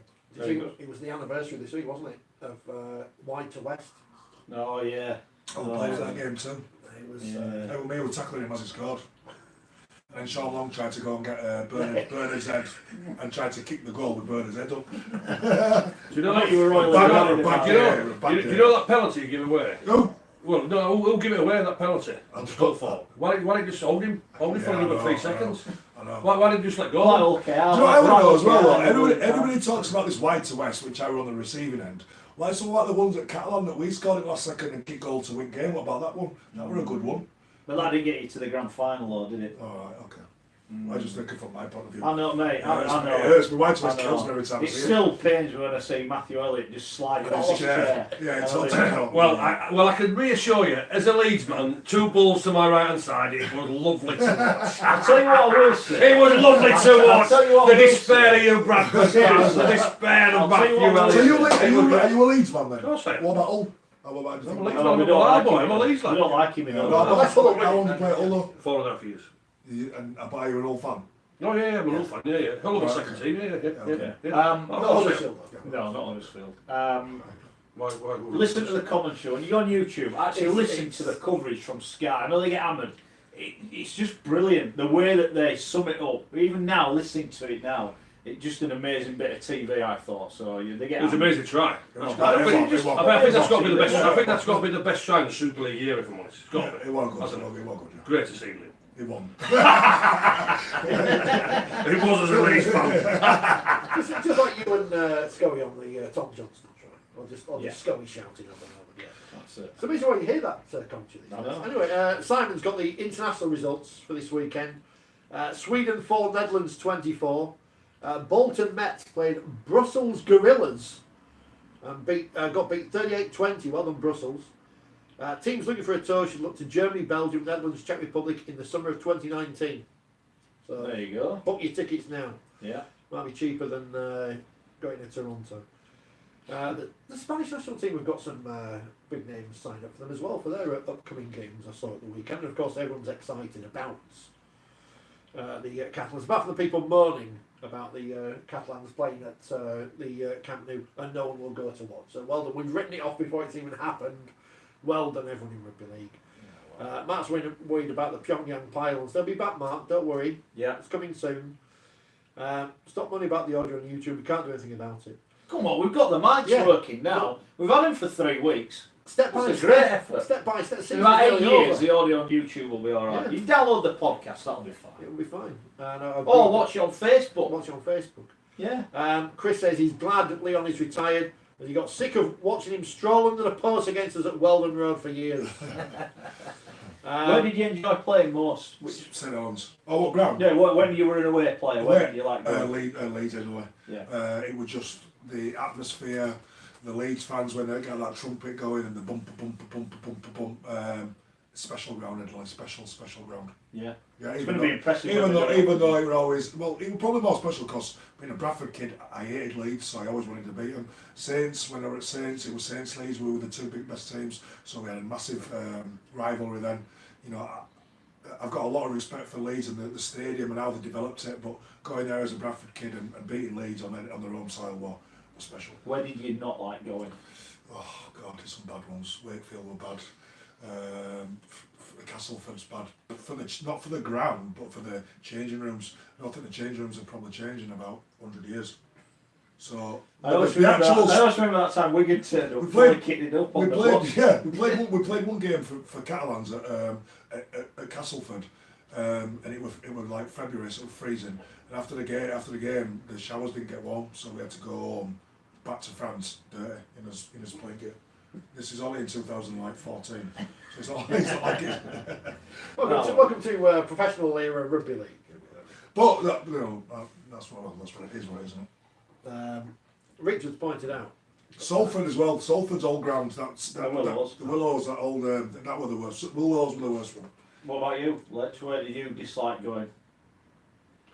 Well, when I played for Leeds, the Boulevard.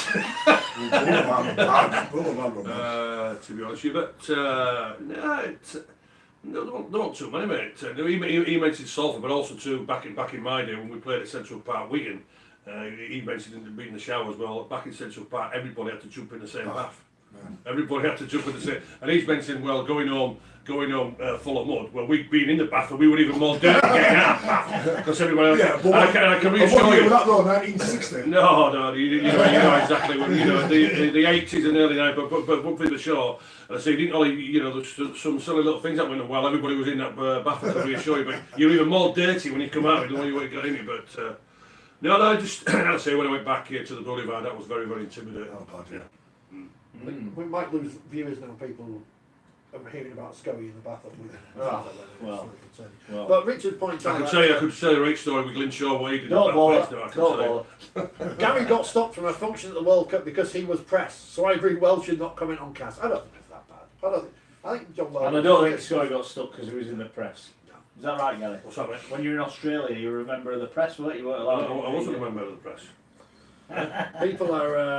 People are commenting on the standard of commentary and presentation, which is not something like Leon's avoiding questions. We're not going to talk about that. Because we can't move on. You know we like and we don't like anyway. You can work that out easily. Don't disrespect our sheds, says Craig. I don't know who he's He's got to be. Castle Waker. Yeah. Went to Garforth Academy, so probably Cass. Everyone else who's on the show tonight should not be giving their opinion because they've all got an affiliation to a club. Yeah, but not officially though. Yeah, that's true. On what? Nah, don't matter. It's all right. Because we support Bradford. We should. Yeah, but what we are, we're all supporters and fans of clubs. That's what we are. Yeah. We make we'll make no apologies. We're all open who we support. We all love it when Leeds lose, don't we? Don't we, Rich? Hold on. I used to, as a player, I used to love it more. I must admit, 'cause I must have got a little bit more sensible in my age now. Why not to him? What I mean, could you imagine if Leeds went down? Could you imagine if Leeds went into Championship? Well, I'd probably get hospitalised and be laughing that much. You know what I mean? But it's not, look at his face. But I mean, for the greater good of the game, though. I mean, they're probably what 17,000 every week. And the game can't afford that at the moment, regardless if we don't like them or not. No, I know it won't, but they want a possibility. I'm just saying. One time it would be like that. Please go down. But I've got a little bit wiser now. And I know the game needs Leeds, a good Leeds side in the Super League. And now that there's a life salary cap, they can't cheat it like other clubs did in the past to avoid relegation. Alright, move on. Mentioned no clubs. Move on. We haven't even talked about Super League. There were happened. Games. So you want to make a point about Hull? Hull, 10 in a row, 10 defeats in a row now for Hull. Yeah. I'm not saying Lee Bradford should get sacked, by the way, when I ask this question. I'm just asking a question generally. But coaches have been sacked for far less losing. He's got money in the bank. So what are you trying to say? He should be sacked. No, money in the bank. He doesn't. But no one seems to be saying. Because of the scenario, because of the situation, he's got 10, 11 injuries. I mean, you look at Leeds. Leeds this season have struggled with injuries. They've struggled at the start of the season very, very badly with injuries.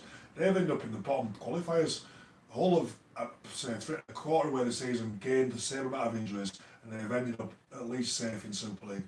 So realistically, yeah, it's not been good enough. Matters knows that, But it's a lot of it's down to the injuries that they've had. They've not had the 6 and 7 played together. I think they played together twice this season. In them 2 games they won. They've both been sat in the sheds in the stands most of the season. Albert Kelly's their X Factor player. He's been in the stands all season. The chairman knows the situation scenario. It's not been good enough. He'll clear out the ones that are not good enough, and he'll bring in some different players. But that doesn't mean that Reddy's under pressure. Getting to Wembley 2 years on bounce, being consistently around about the top 4, gives you enough money in the bank to try and at least get yourself out of it to start next season. At least the fans aren't on his back like they were with Kieran Cunningham, because that's what happened. That was the real issue at Saints, wasn't it, with Cunningham, is the fans just decided that was it. They could have done with a win, couldn't they, against the Dragons? Oh, yeah, without now. There's no two ways about it. And if I'm honest with you, from there, what Leon's saying, at the time I don't buy into the injury scenarios because they've still got enough quality to be performing better than what they are performing. Going to Warrington how they did, the play just give in, they put the queue on the rack, and now this weekend they go to Wigan for the last game of the season, and I would imagine there won't be too many black and white fans travelling over the Pennines to go watch that, So moving to Shaw, Lee Radford, nowhere near for me would be looking at getting the bullet. He's not to blame for the way the players are performing. He's preparing them all through the week. He wants the right attitude from there. They should have got the win against Catalans, but the Catalans themselves, the attitude they got, they wanted to make sure they finish on a little bit of a high as well, with maybe 2 wins for the last 2 games.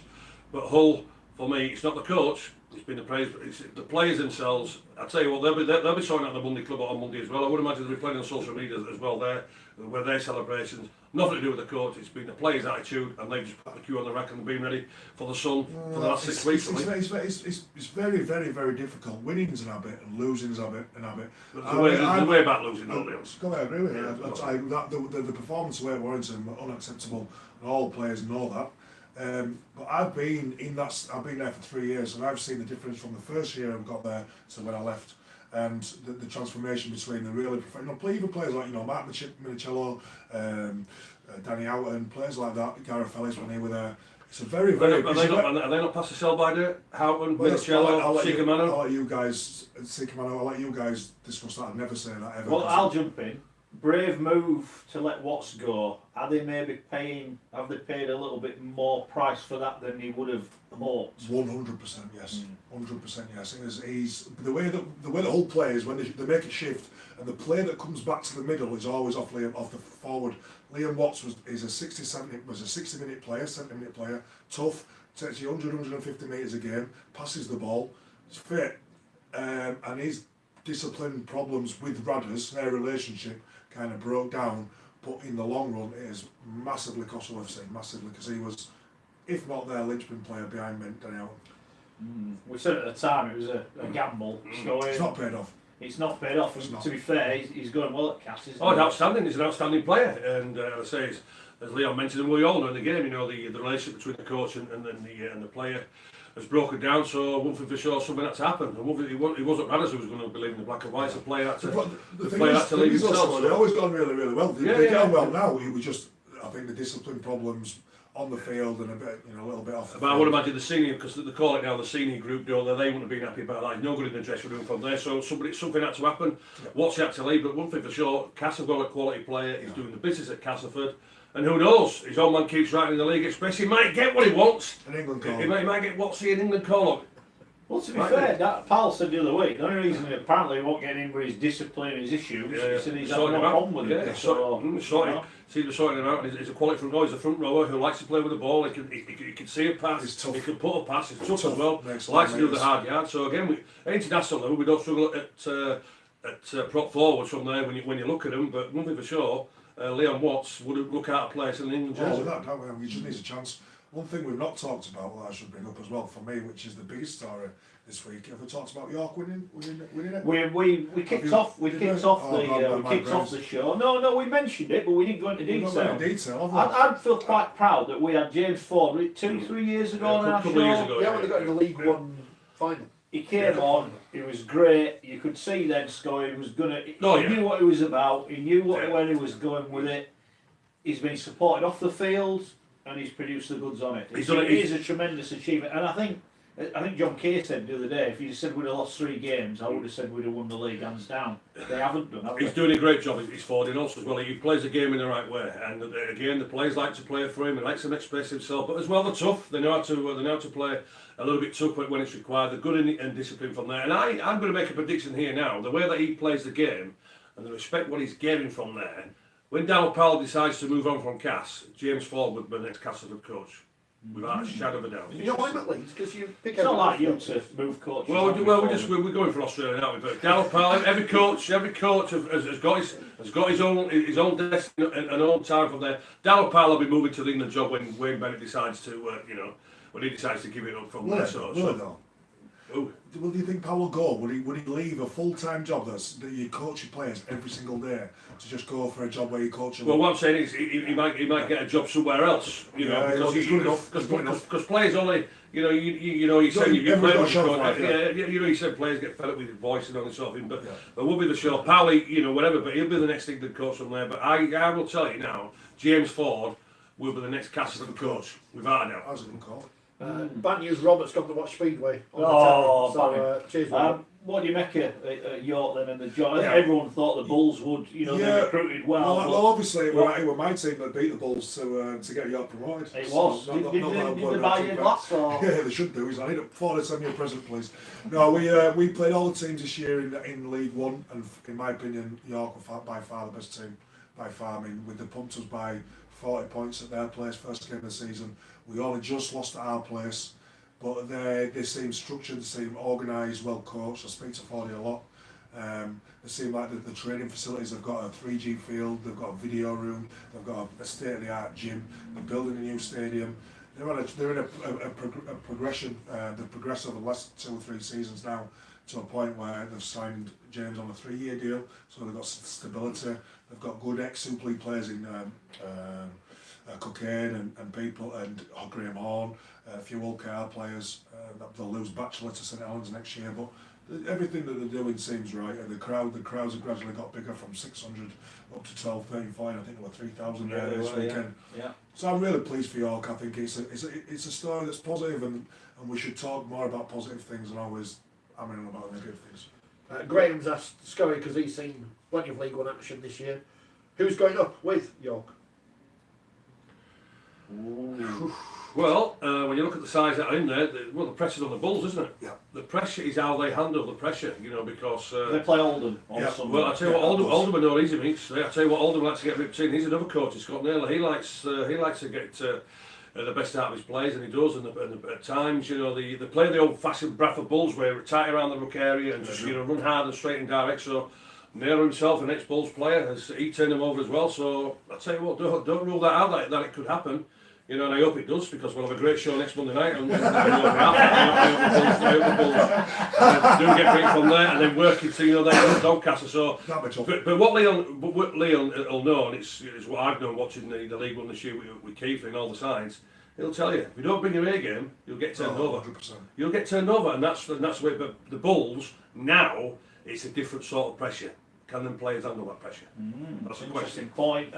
You've got to go to Doncaster. It's not an easy place to go. Well, the one thing I will say about, I'll touch on what Scott was saying. Ourselves, Bradford, Doncaster, and Oldham can all beat each other, and that's what I'm saying. If you don't turn up, it's not definite. I mean, we beat Doncaster this season already.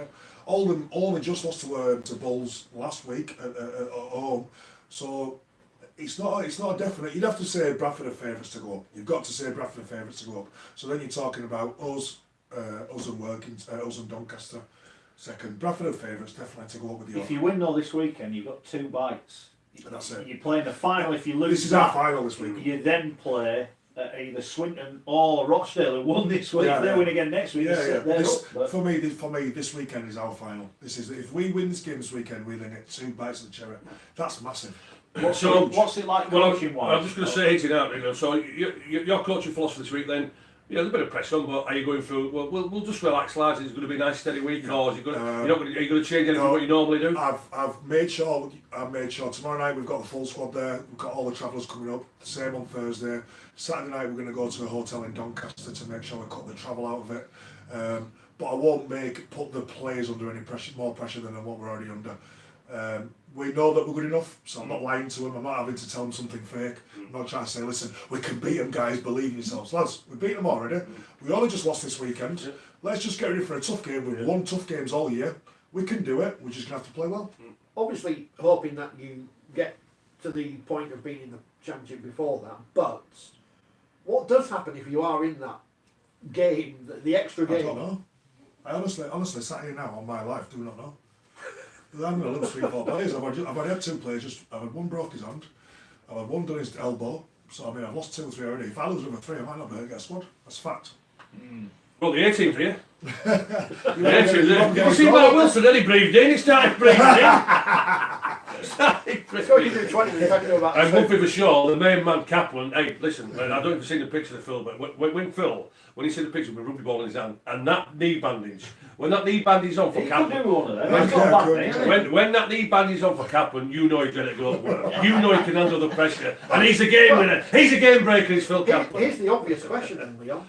Are you still registered? Can you register in time? No, you can't register now, no. Not allowed. You got to be before the playoffs, so it's got to be like 4 weeks ago, you lost registers. And even if I did, honestly, I couldn't do it. You've said I'm 3 We saw you. Well, not only that, but we saw you fall over, didn't we? On the I need an knee replacement. yeah, your knee gave way, didn't it, on the sideline? Well, Danny Parkinson. Oh, yeah. He's a fine man, and we're all very proud of him. He says, "Great to see you on the show tonight, lads.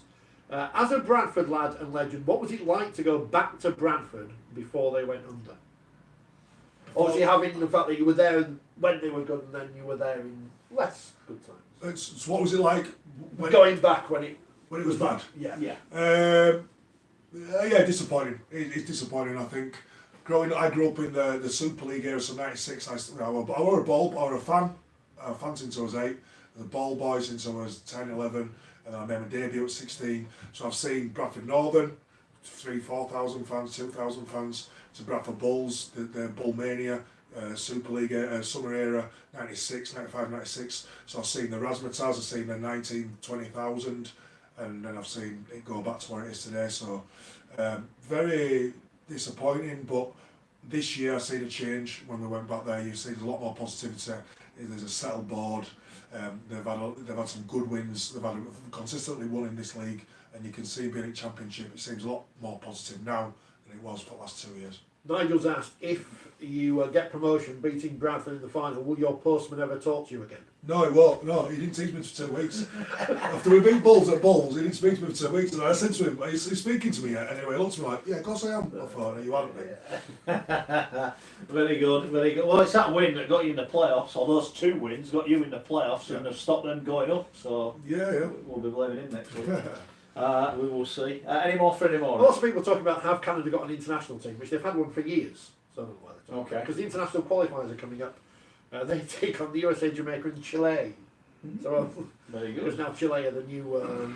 Let's talk Super League then. If there's nothing else happening on there, we know the semi-finals now. Saints home to Wolves, Wigan Cass. One cracker.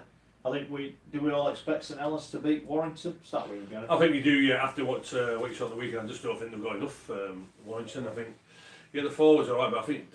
Do they lack that belief? I said this a few weeks ago on this show. They lost to Wigan by a point in a game they should have won. Roberts missed that drop goal, or missed a couple of awful efforts at the end. They went and lost.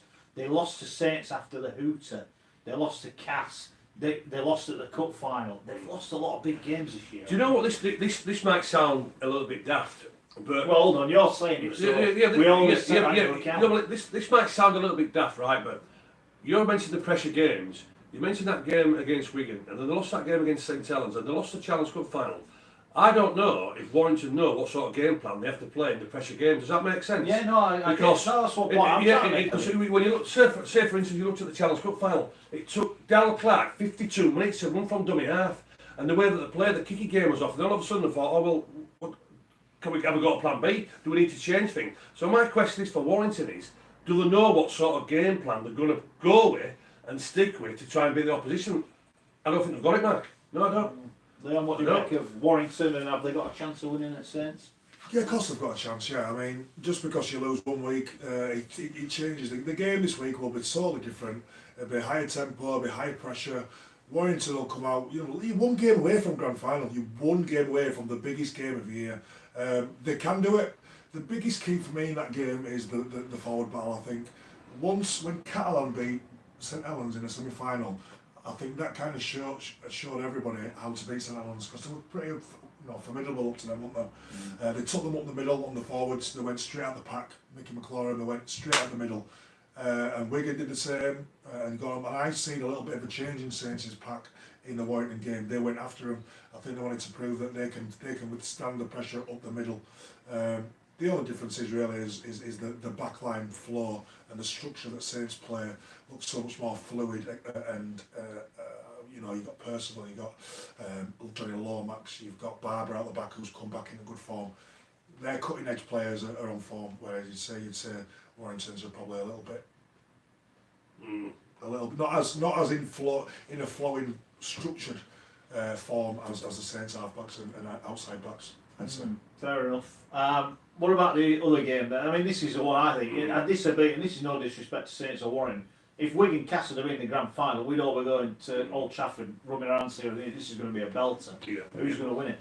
Well, you know, people might say, well, two different sides altogether, the way they both play, but the way that Wigan have played for the last, I think you'd say now. Has any team ever won all 7 games in the Super 8? Because if they win this weekend, they will do. They'll go through the 8s unbeaten. That's some effort, isn't it? But I think since Wigan, you know, they went through that 4-game spell when it was decided that Wayne were leaving and Tompkins were leaving and somebody else were leaving from there. They went through that 4-week spell, a little bit indifferent, but I think for the last 8 to 10 weeks, Wigan have been simply outstanding. Not just defensive wise, not just forwards getting ripped in, but the attractiveness of where they're playing and I think they can. I think there's a couple more gears left. Yeah, I watched some of that and I thought they ain't got out of second gear. I was just going to say that to you, and as well, everybody looks comfortable the way that they're doing, and what I'm seeing for Wigan, you just said there's a couple more gears.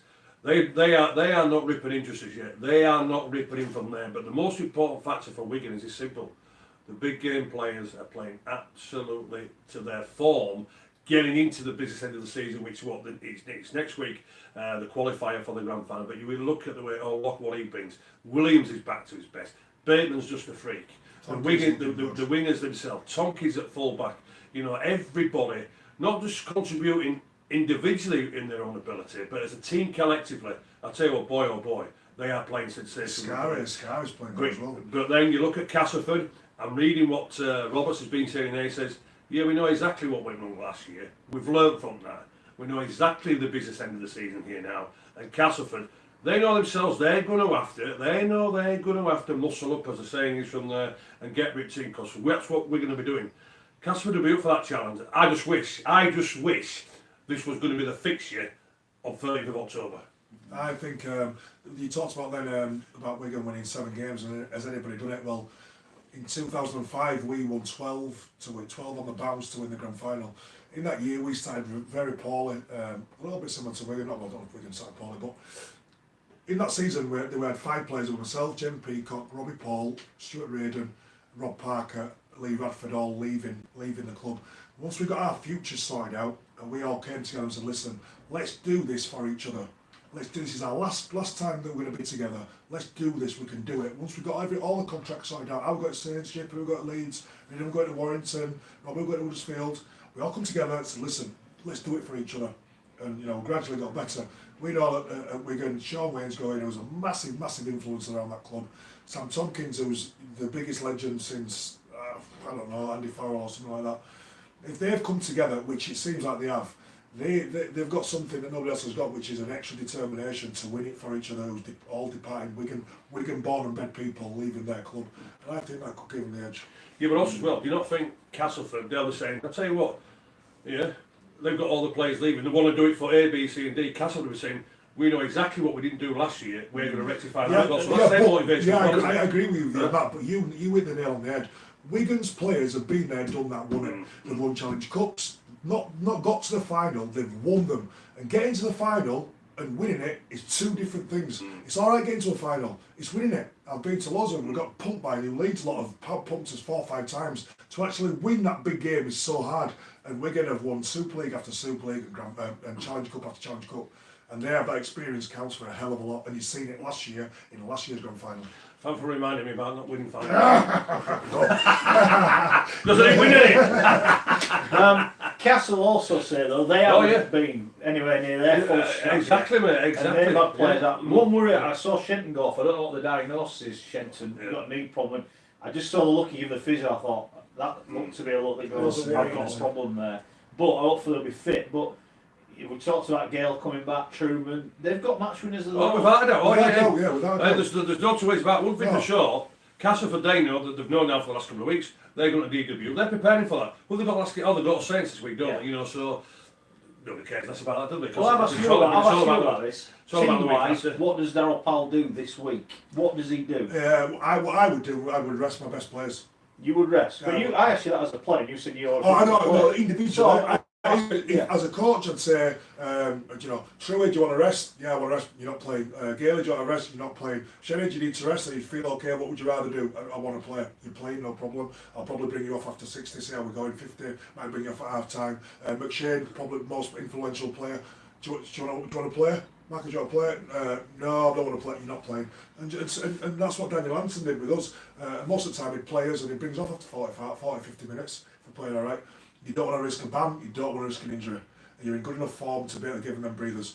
It's all about management and what you want out of the game. They're playing good enough to rest their best players when needs be. Tell you what, we might get a call up by Castle.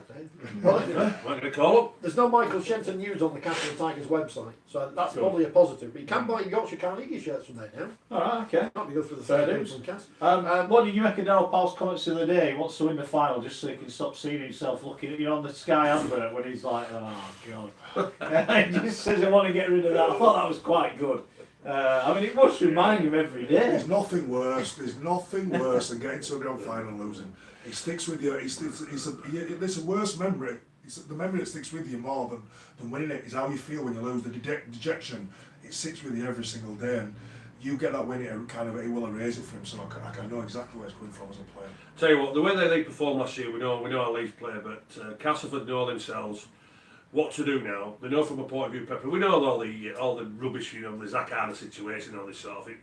Even if Zach Harder would have played last year, Leeds still would have been because the way they played that match, they would have played. Look, I said, wait, though. I said, rubbish, absolute rubbish, Mark Wilson. Take that back, Mark Wilson. Take that back. Grand finals are won on defence. Now, Castleford had the best attack last year by far. But for me, and I played in 9 grand finals, I think I played in. When you play in a grand final, if you get 2 points in the first 5 minutes in front of the sticks, you take the 2 points. You take the 2 points, you come back, you get back into the grind, and if you get another 2 points, you take the 2 points again. Grand finals, 2 points are more like 4. And in high pressure games where the teams can defend the line very, very well, you take them 2 points and you build. As soon as I seen them take that quick tap, I thought, this is not what you do in grand finals. You pop the 2 over, you go again. You play on for 10, 15 minutes, whatever, you get another penalty, pop it over, take your 2 points, get in the grind, and make sure you defend well. The best attacking team, which we were at Saints, don't always win. Leeds, when we played against them in all them grand finals that we lost, used to get it, sit in, get it, kick it long, the ball would roll out dead, and line up on 20, restart controlled, up the middle, and they just played it tight, and that's how you win grand finals. That's why Hamill Snags went for the drop goal yesterday. They knew how important it was. I think it's to get a point on the ball. Somebody had some money on that book, is that? I'm joking. But also as well, when you look at last year's grand final, Leeds knew they was going to win that grand final. He mentioned about them not going for the 2 points. I think it's a big thing. But they knew they was winning that grand final when Max Shane tried to pick the ball up one handed and knocked it on. You could see the Leeds players go, yeah, we've got you here now. Casper played with them. And then how many times? I'm just going to turn it off. How many, the big game plays, the drop balls, the Millers did it, the Millingtons did it, the Roberts did it from there. It was quite simple. They've learned, they didn't handle that extra, they didn't handle that extra pressure. So, for what Castleford did all for last year, they know they've learned. The business end of the season is different this year. And they'll be they'll be getting ripped in, so they will not be intimidated by going to the No. But the thing is, last year Castleford were the best team. Fact. I know that Leeds won it, but Castleford were the best team last year. Can you repeat that? The Castleford were the best team. No, can you remember Leeds? Who won it last year? No, 1 second. They won it by 10 points, so consistently they were the best team. But in that grand final night, it's things like playing the expansive rugby can get you done. they'll be a totally different team. They'll have that big game experience, that real big game experience, and I think they'll be so much better for this year. And they are genuine Super League contenders to actually win it on the night now. Good stuff. And, a lot of yeah. people getting in touch about this game. Andrew James et al. Have said Shenton out for Friday. But Dal Powell says he will be okay for the semi-final. What's he done? He got a bang on his That knee. lucky game It for looked the- really yeah. innocuous, but when he was sat down, the camera was right on the touchline. The camera was right there, and he looked up at the physio as if to say, "I'm in trouble." That was my interpretation. You know, I mean, I know Michael. He's done a lot of work with us, and I sat there and I thought, I think that might be him done. He's just got that feeling. Oh, I hope I'm wrong. I hope Touch wood, I'm wrong. not. I hope not. I would like him to play. Yeah, teammate of yours, wasn't He he? was, Yeah, same, travel, buddy. Mark says then, having fallen to the pressure last year or whatever else caused them to lose that final, why will they be able to handle it this year? Can I make a point? We spoke to a lot. We spoke to a lot of the lads after. They all said when they came out at Old Trafford, it wasn't what they thought it was going to be. It was like an anticlimax when they got there. I think they're expecting it to be something it wasn't, and I think now they've been there. I think that's it's. I think they were more. Well, obviously they were more bothered about the occasion, but I do wonder if the occasion. Just the fact that you're even saying that alone is on their mind. That when they walked out, the reaction was on their mind. Yeah. When you've been there, the reaction is not even on your mind. Yeah, that's what I mean. When you first play in the big games, you notice everything. You know the people around. When you're in the zone and you've been there, when you walk out, you don't even hear out. It's all you're thinking about kickoff. But you can only get that from experience. Yeah. Now they've experienced it. Yeah, I do think that. I remember a couple of lads. So what did they expect? I don't know. I don't know, but more Well, you don't know than until you four play of them, them do you? just said we went out. And I don't know. Just the whole night just didn't feel right. Yeah, I but don't until know. you've been in one, you don't know. So No. you just don't know. No. So you're making it up in your own brain. Yeah, exactly. What you think it's Yeah, going to be like, no. whereas they know now. No, what yeah, it's going to just sound go out like, and what it's that's going to it. look Yeah, like. fine. Yeah. Yeah. Good news from Wigan today that Morgan Escarret staying next year. All right. Okay. Good player. Good player. Um, Been good for Wigan. Been a good signing from with Sam having his problems with his knee and making sure that when Sam were out, he had to come in and he's not just come in, he's come in and played really well. Is Tompkins a better player now than he was when he left Wigan? He's a different player. He's not as. Listen, Tom Tompkins for me is the best player I've played against in Super League. The most dangerous player. When he left, he was so explosive and he was untouchable. His knee, I think his knee's probably slowed him down a touch, but I think this year's found his form again. Colin says Cast players were throwing up during the warm-up due to nerves last year. I did not say that. Gary says arguably this year's Cast team has more grand final experience than the Wigan squad. Possibly. But they won't meet each other in the final, which is How? a shame. Winning a grand final or beating a grand final. Well, I guess beating you, but yeah. A lot of inexperience. A Wigan. lot of young Wigan players would have been there. Oh, Williams, I don't know. You've got me on the odd. Tompkins, Argenson's won one, Bateman's won one, Yeah. Luloi's won one, Oh, Lachlan's. Lachlan's won about 10. Clubhouse. Yeah. Club. All right. There's a Alright. chance, of course. You might be wrong. Yeah, there's a chance, of course, that on the Saturday of the grand final we could have the same game twice because the final four of the Women's Super League has been confirmed, much like the men's, weeks before it finishes. Leeds, though, are in this one because, as we know this year, and congratulations to the Leeds wheelchair team. Someone pointed out earlier. Did you see the celebration? That was too violent for me. Oh, they all Have smashed you into not each seen other. it? Yeah, it's like, what the hell? I mean, did you see the one on Twitter when he went cartwheeling out of his wheel? No, Yeah, no. touched it down. Jeez. No, not for me. Absolute lack of respect for themselves. Leeds men, rubbish. Leeds Academy in the grand final against Wigan this week. Leeds women, probably going to win, maybe. And Leeds wheelchair already won. Leeds Saints, Wigan and Cass are in the semi-finals, and of course two will meet at the Etihad on the Saturday in the lunchtime before the grand final in the evening. So busy day of rugby in Manchester on the 13th of October, and hopefully Wakefield are in the Championship grand final as well. And Widnes women who have had to do it hard this year, they won another game this week, and so well done to them. Fair play, yeah. Keep going. Fair play. We've been fans of the game. The people know that. The women's game, indeed. Right, Man of Steel. We're nearly at that time. Yes. I put a few tweets out earlier on, and we got quite a bit of response back from them. I'll give you 3 votes, Ledge, or 3 picks now. Who are the 3 that you would be nominating for your Man of Steel? Barber, Bateman, and Tupu. They're my 3 players. Quite straightforward then. No Paul McShane? No, they're my three players. Not you. I've not seen enough of Tupu play, so I've not watched enough Wakefield games, but Roby, Barber and Bateman for me. Rich? Interestingly, I don't have a vote on Man of Steel, obviously, because I'm not a player. But I've got a vote on the Rugby League Writers and Broadcasters Player of the Year. And I need to get my vote in at the end of this week. And I was thinking, I'm going to vote for Bill Tupu. But if I vote for him, will people accuse me of being biased for voting for him? He's been outstanding, hasn't he? We don't have centres are a weak part of the. If we look at it, you know, we've got wingers by the dozen, hookers by the. Who were last centre to win it? 2005. So that'll be you. No. Come on. I thought it was going to be a trick question. 2005. What Lion, what? Yeah, got Yeah. it. Well, I've got that. Yeah. I was thinking because you won it all. So, well, so would you have your man? McShane, Bateman. I think if Bateman is not in the final three, it's an outright. I watch John Bateman play every week, and I'm amazed at how he plays. How do you think he'd get on in the NRL, by the way? Brilliant. We always talk about players' Brilliant. size. He'll kill it. He'll kill it. He's got it. I know, he's got that. He's got the mentality. He's got that strength that just comes from nowhere. He'll kill it 100% without a shadow of a doubt. And he's a Bradford kid, so go on, John. Go on, Yeah, he is. Yeah. So like Bateman after been. I don't know about Barber. Great for half a season, and I mean great. Untouchable for half a season. And then went off a bit, and now seems to be coming back again. So he might leave on a high. You can't forget what he did at the start of the season, though, can you? Just because you say he's gone off a little bit, you can't. He would, for it was 3 quarters of the season, he was Man of Steel, wasn't he? He was chipped in already. Roby.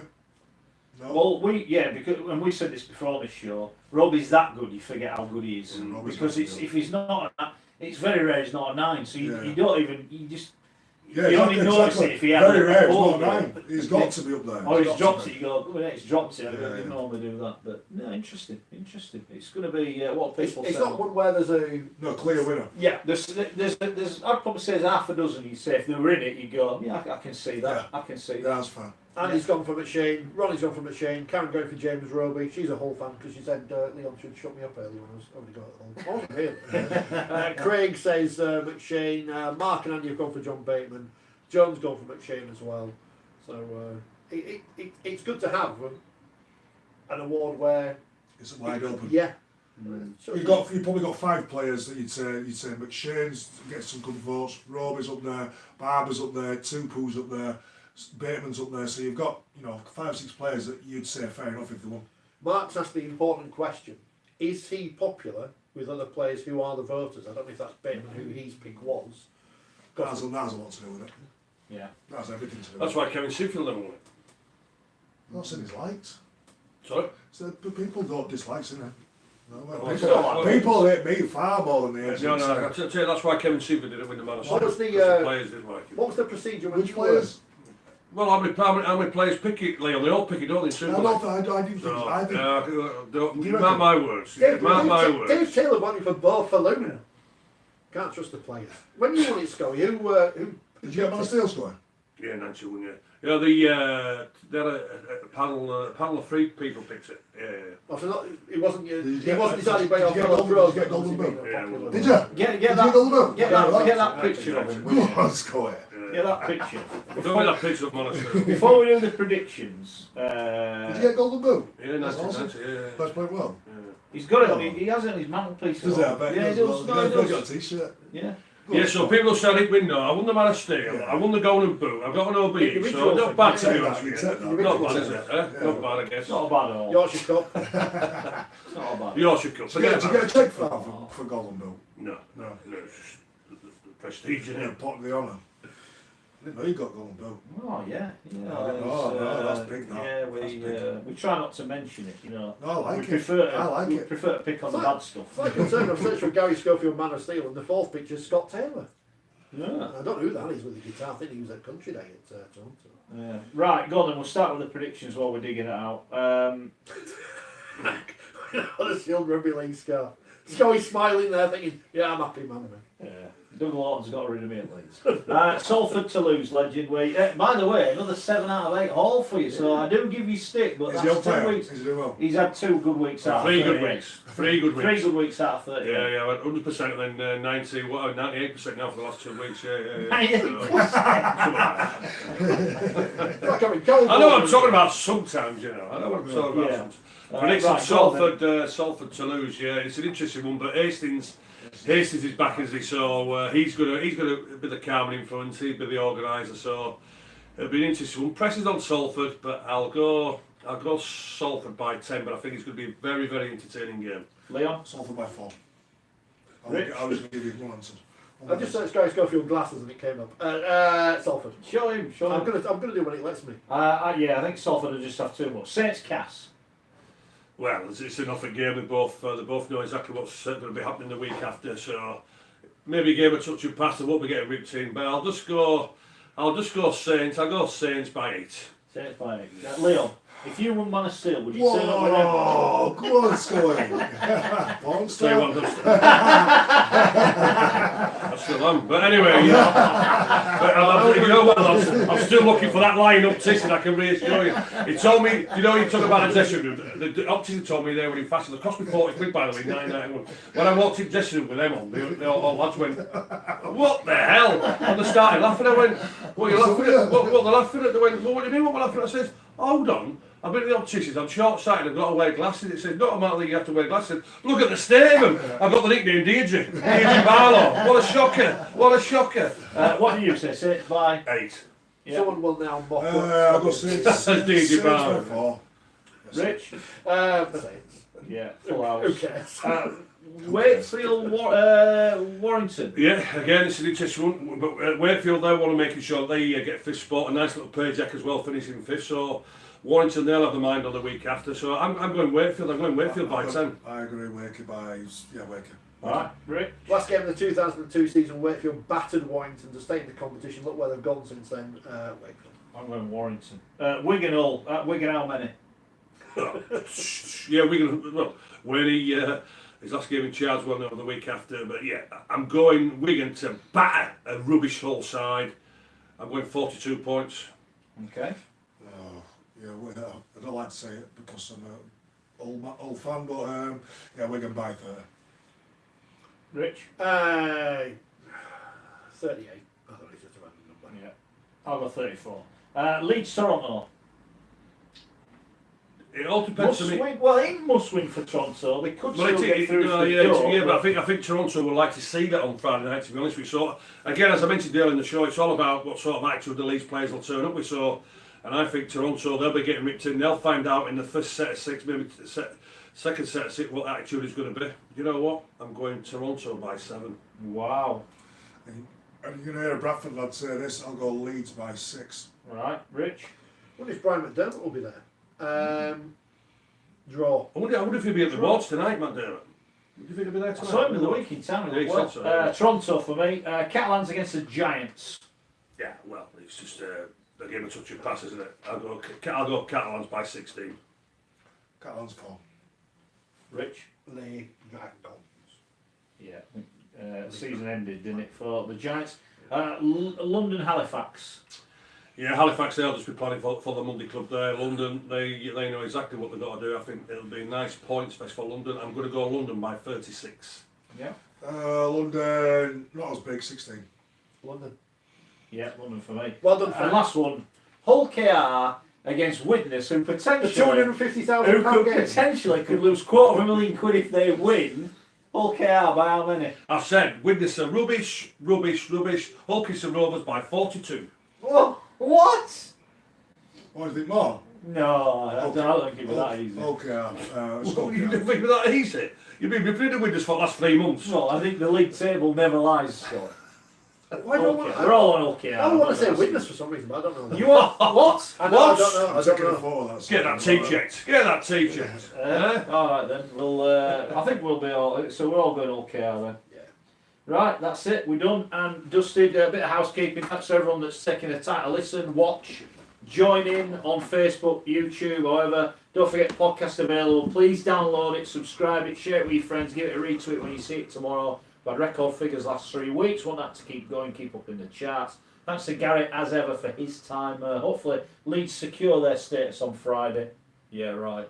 Thanks to Leon, who's been a great guest. Good luck at the weekend as well to Workington. Hopefully theirs goes. And thanks to Rich as ever. Thanks to you for listening. We're going to have that moment now. It's like police squad at the end where we all have to sit here holding our paws while Richard turns the button off. So don't say anything daft.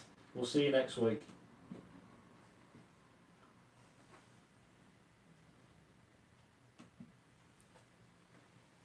Done. Sam. Hold on. Thanks, Leon. Well, boys, for sure. Well done. Well